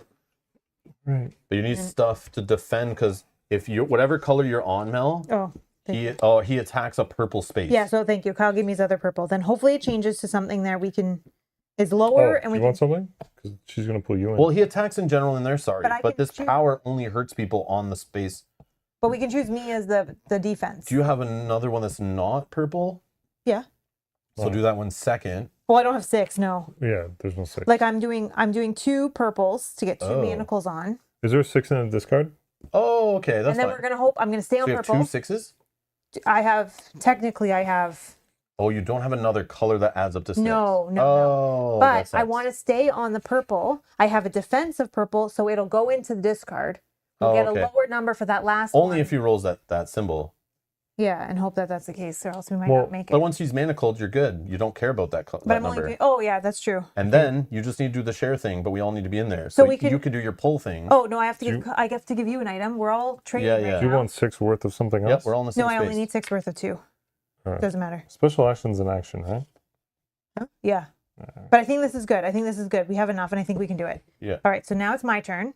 Okay. I will guide. What? I was just Oh, I was like, sharing if first. there That was was fine. something in discard, I could have used my last action instead of going into your space No. because you could just pull me in your space anyway, right? Well, if you did do that, Or just get rid of 2 of these to take 1. You could take this. It would be more efficient for me. The 6. Is there another color 6? Purple, purple. There's 2 purple 6s. No. Maybe purple is only a 6 in the game. I don't know. Yeah, there's just these. That's 2 fine. That's purple fine. Do it. 6s. Yeah, do it.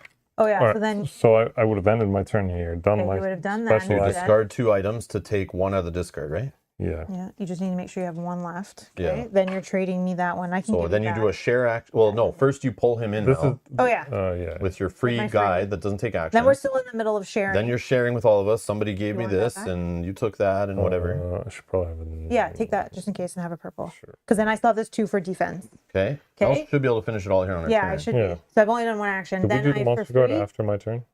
I don't know. Yeah, we did. Okay. Yeah, because it did nothing. All right. So Mel's used 1 action to do a share. Yeah. Now she's going to guide us in there, Yeah, which are free both of actions. you. Then I will move She's moving in there for 2 actions. Okay. Now she needs to manacle for 3rd action. I'll discard a 6. So when she discards a 6 and it's purple, she moves on to a purple space, puts number 3 manacle on Cthulhu. Okay. Then action 4, I will Action 4, discard another purple another 6. 6, it's purple, so she stays on the purple spot, puts a manacle on. He's now manacled. Now I have a 5th action Which where I he can is- do a share.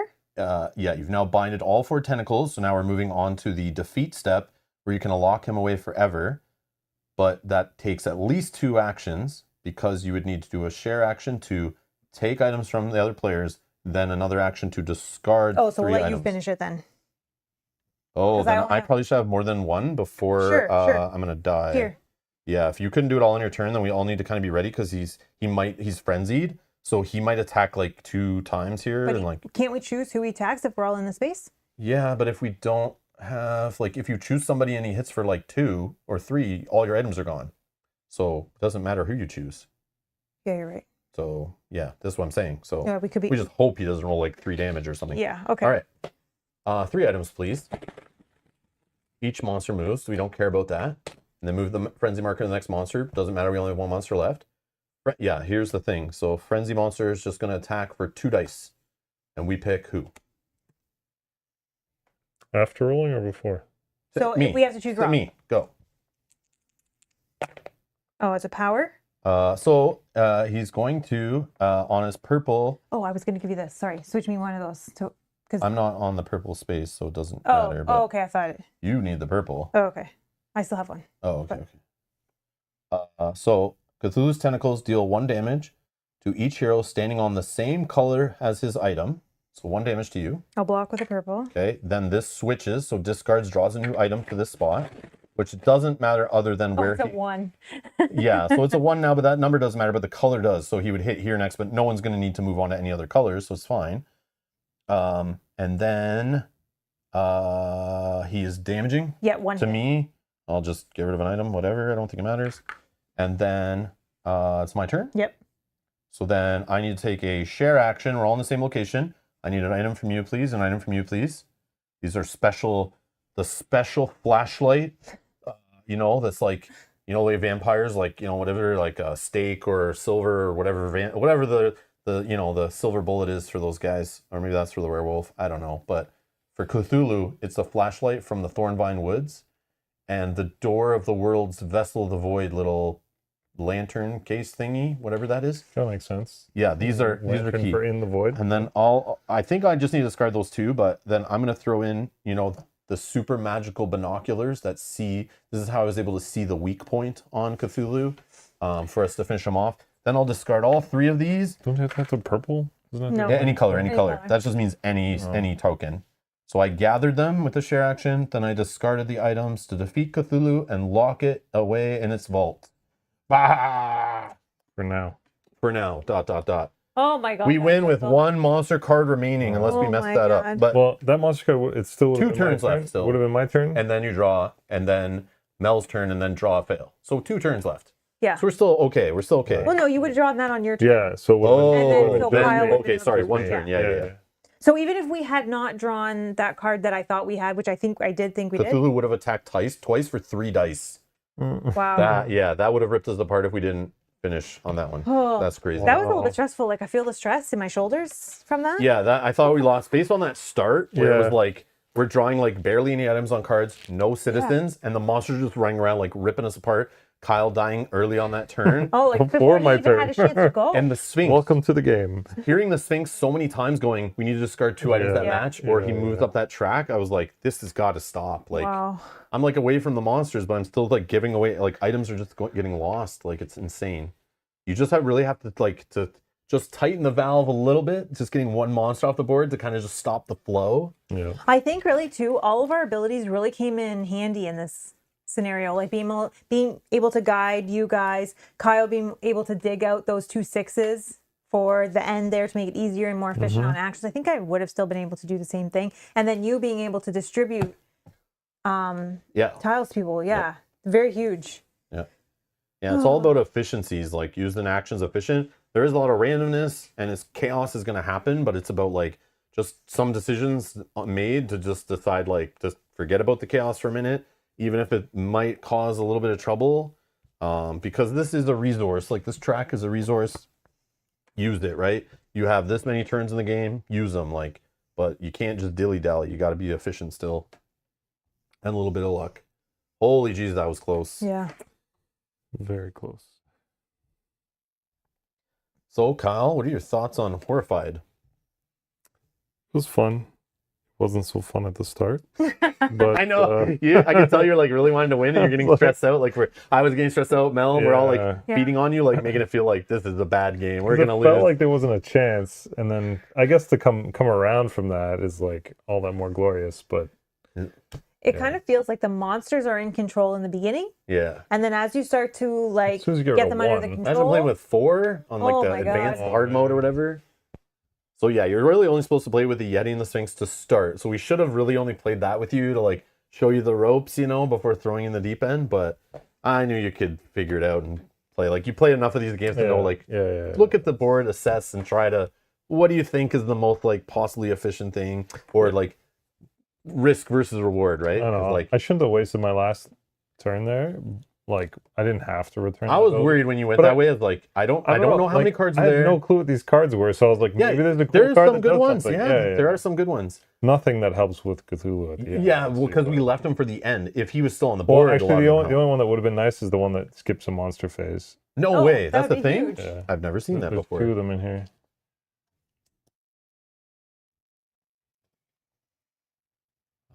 Lunar Oscillator. Skip the next monster phase. Take 1 item from the discard pile and give it to any player. Wow. What? That's huge, actually. I've never seen that one yet. That's really good. Yeah, because then we wouldn't draw a card. It would buy us another turn too, right? Wow. It was actually the next card.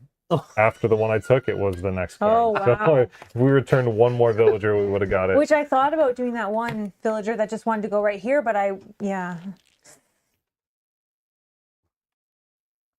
Wow. That's the thing, deciding when like to take villagers to where they need to go versus like doing what you want to do. Like I think just keeping them with you for like protection is like what's really needed. But I notice when we get a game with like just even getting like 2 or 3 perk cards is so different than when you don't really get any. Because if you start leaving those citizens alone out there, even if they're in your space, there's those monster cards that make them move away from you. And then it exposes them, and then they might get killed, and you can't protect them. Yeah. So you do need to get some of them off the board to reduce the odds of them getting killed. But then those perk cards, I find those could be huge game changers. Like I remember we did the one where it's like Cthulhu was like 4 or 5 moves away from the void, and we got it ready. And then it was like, oh, I just drew a perk card that says move any monster 4 spaces. Let me just move Cthulhu to the void. Now I don't need to get rid of any green items, and like he's out of our hair. I don't need to waste actions and turns getting to him to then get rid of items to move him back. It was like the perfect, it saves so many actions. But again, you have to spend those actions in getting citizens to where they need to go and all that. So it's like, there's a cost to it, but some of those, if played at the right time, can be like game breaking. It's crazy. I find that they're better earlier than later too, because the ones about moving monsters and that, usually you don't need them later in the game. Yeah, that makes sense. That makes sense. Yeah, use them when you have them kind of thing. Yeah. But like, yeah, it's like, do I use this now to move like a monster too? And then they just move back and do what I didn't want them to do anyway? Yeah. Or do I wait till it's like, you know, the Yeti's about to kill a citizen and I can do it then and get him away, but maybe he still goes and kills? Like, you just gotta like risk it sometimes. Matthew, I've been seeing all the cards in this game. I bought this game. We only played it twice so far. This is the 3rd time we played this game. I like it. It's cool. It's just more Horrified. It's literally more Horrified. If you like the look of this board, you like the look of the monsters, the theme on it if you like that better. But it's literally the same game. This one just has like poor quality components, a rule book that needs a little more clarification, like probably another whole page worth of clarification, and a little more proofreading. But other than that, it's just like the other Horrified we played, the original. I don't know if the other two are any different or they just feel like more of the same. But yeah, this definitely is just a reskin cash grab for sure. Just maybe they lost the license to print the other ones and they only get like the license for a year, then print them. I don't know. Like, it reminds me of sports games, right? Like sports video games where like literally it's just changing the roster every year, but it's like the same mechanics. They barely update it. They still charge you the full like $80. So you're like getting the same game, same plays, except for this guy's on this team now. In this, you just get like different monsters to play against, but it's still the same puzzle of when to move the villagers around, picking up items, delivering items. Like it's the exact same game. So I don't know why you would ever buy more than one of these, to be honest. But it'd be cool if like between friends and family, everyone owned a different one. And then when you go to, each Halloween, go to different houses and play a different version would be kind of funny. Maybe mixing those two together, the Greek monsters one might be interesting, but I have no idea. And I'm not really interested in doing that, nor do I care. But yeah, I'll probably just keep one, get rid of the other. But yeah, it's just more Horrified. I don't know. But again, if I only play it like once a year, like, again, you only need to own one because you're not going to like, remember everything. And it's like, you'll still have just as much fun. You pull it out. You're not going to be bored of it. But yeah, there it is. Mel, any thoughts on this version at all? With everything that you've said. It's fun. Yeah. Yeah. All right. Well, I'll be back tomorrow playing some more Witchcraft. Join me for that. Next week, in this same time, same channel, with Kyle, we're going to play the Halloween board game. I'll schedule that soon. Stay tuned. Make sure you subscribe, turn on notifications. Also this weekend, Mel and I are going to play a game I haven't scheduled yet. I don't really want to talk about it yet, but we'll schedule it probably on Sunday, I think. So stay tuned for that. And then I got another game I'm going to start playing next week, leading up to Halloween. Another kind of horror themed game, quote unquote. So stay tuned for that. Thanks all for watching. Thanks for supporting the channel, and enjoy the rest of your evening. See you later. Bye-bye. Bye.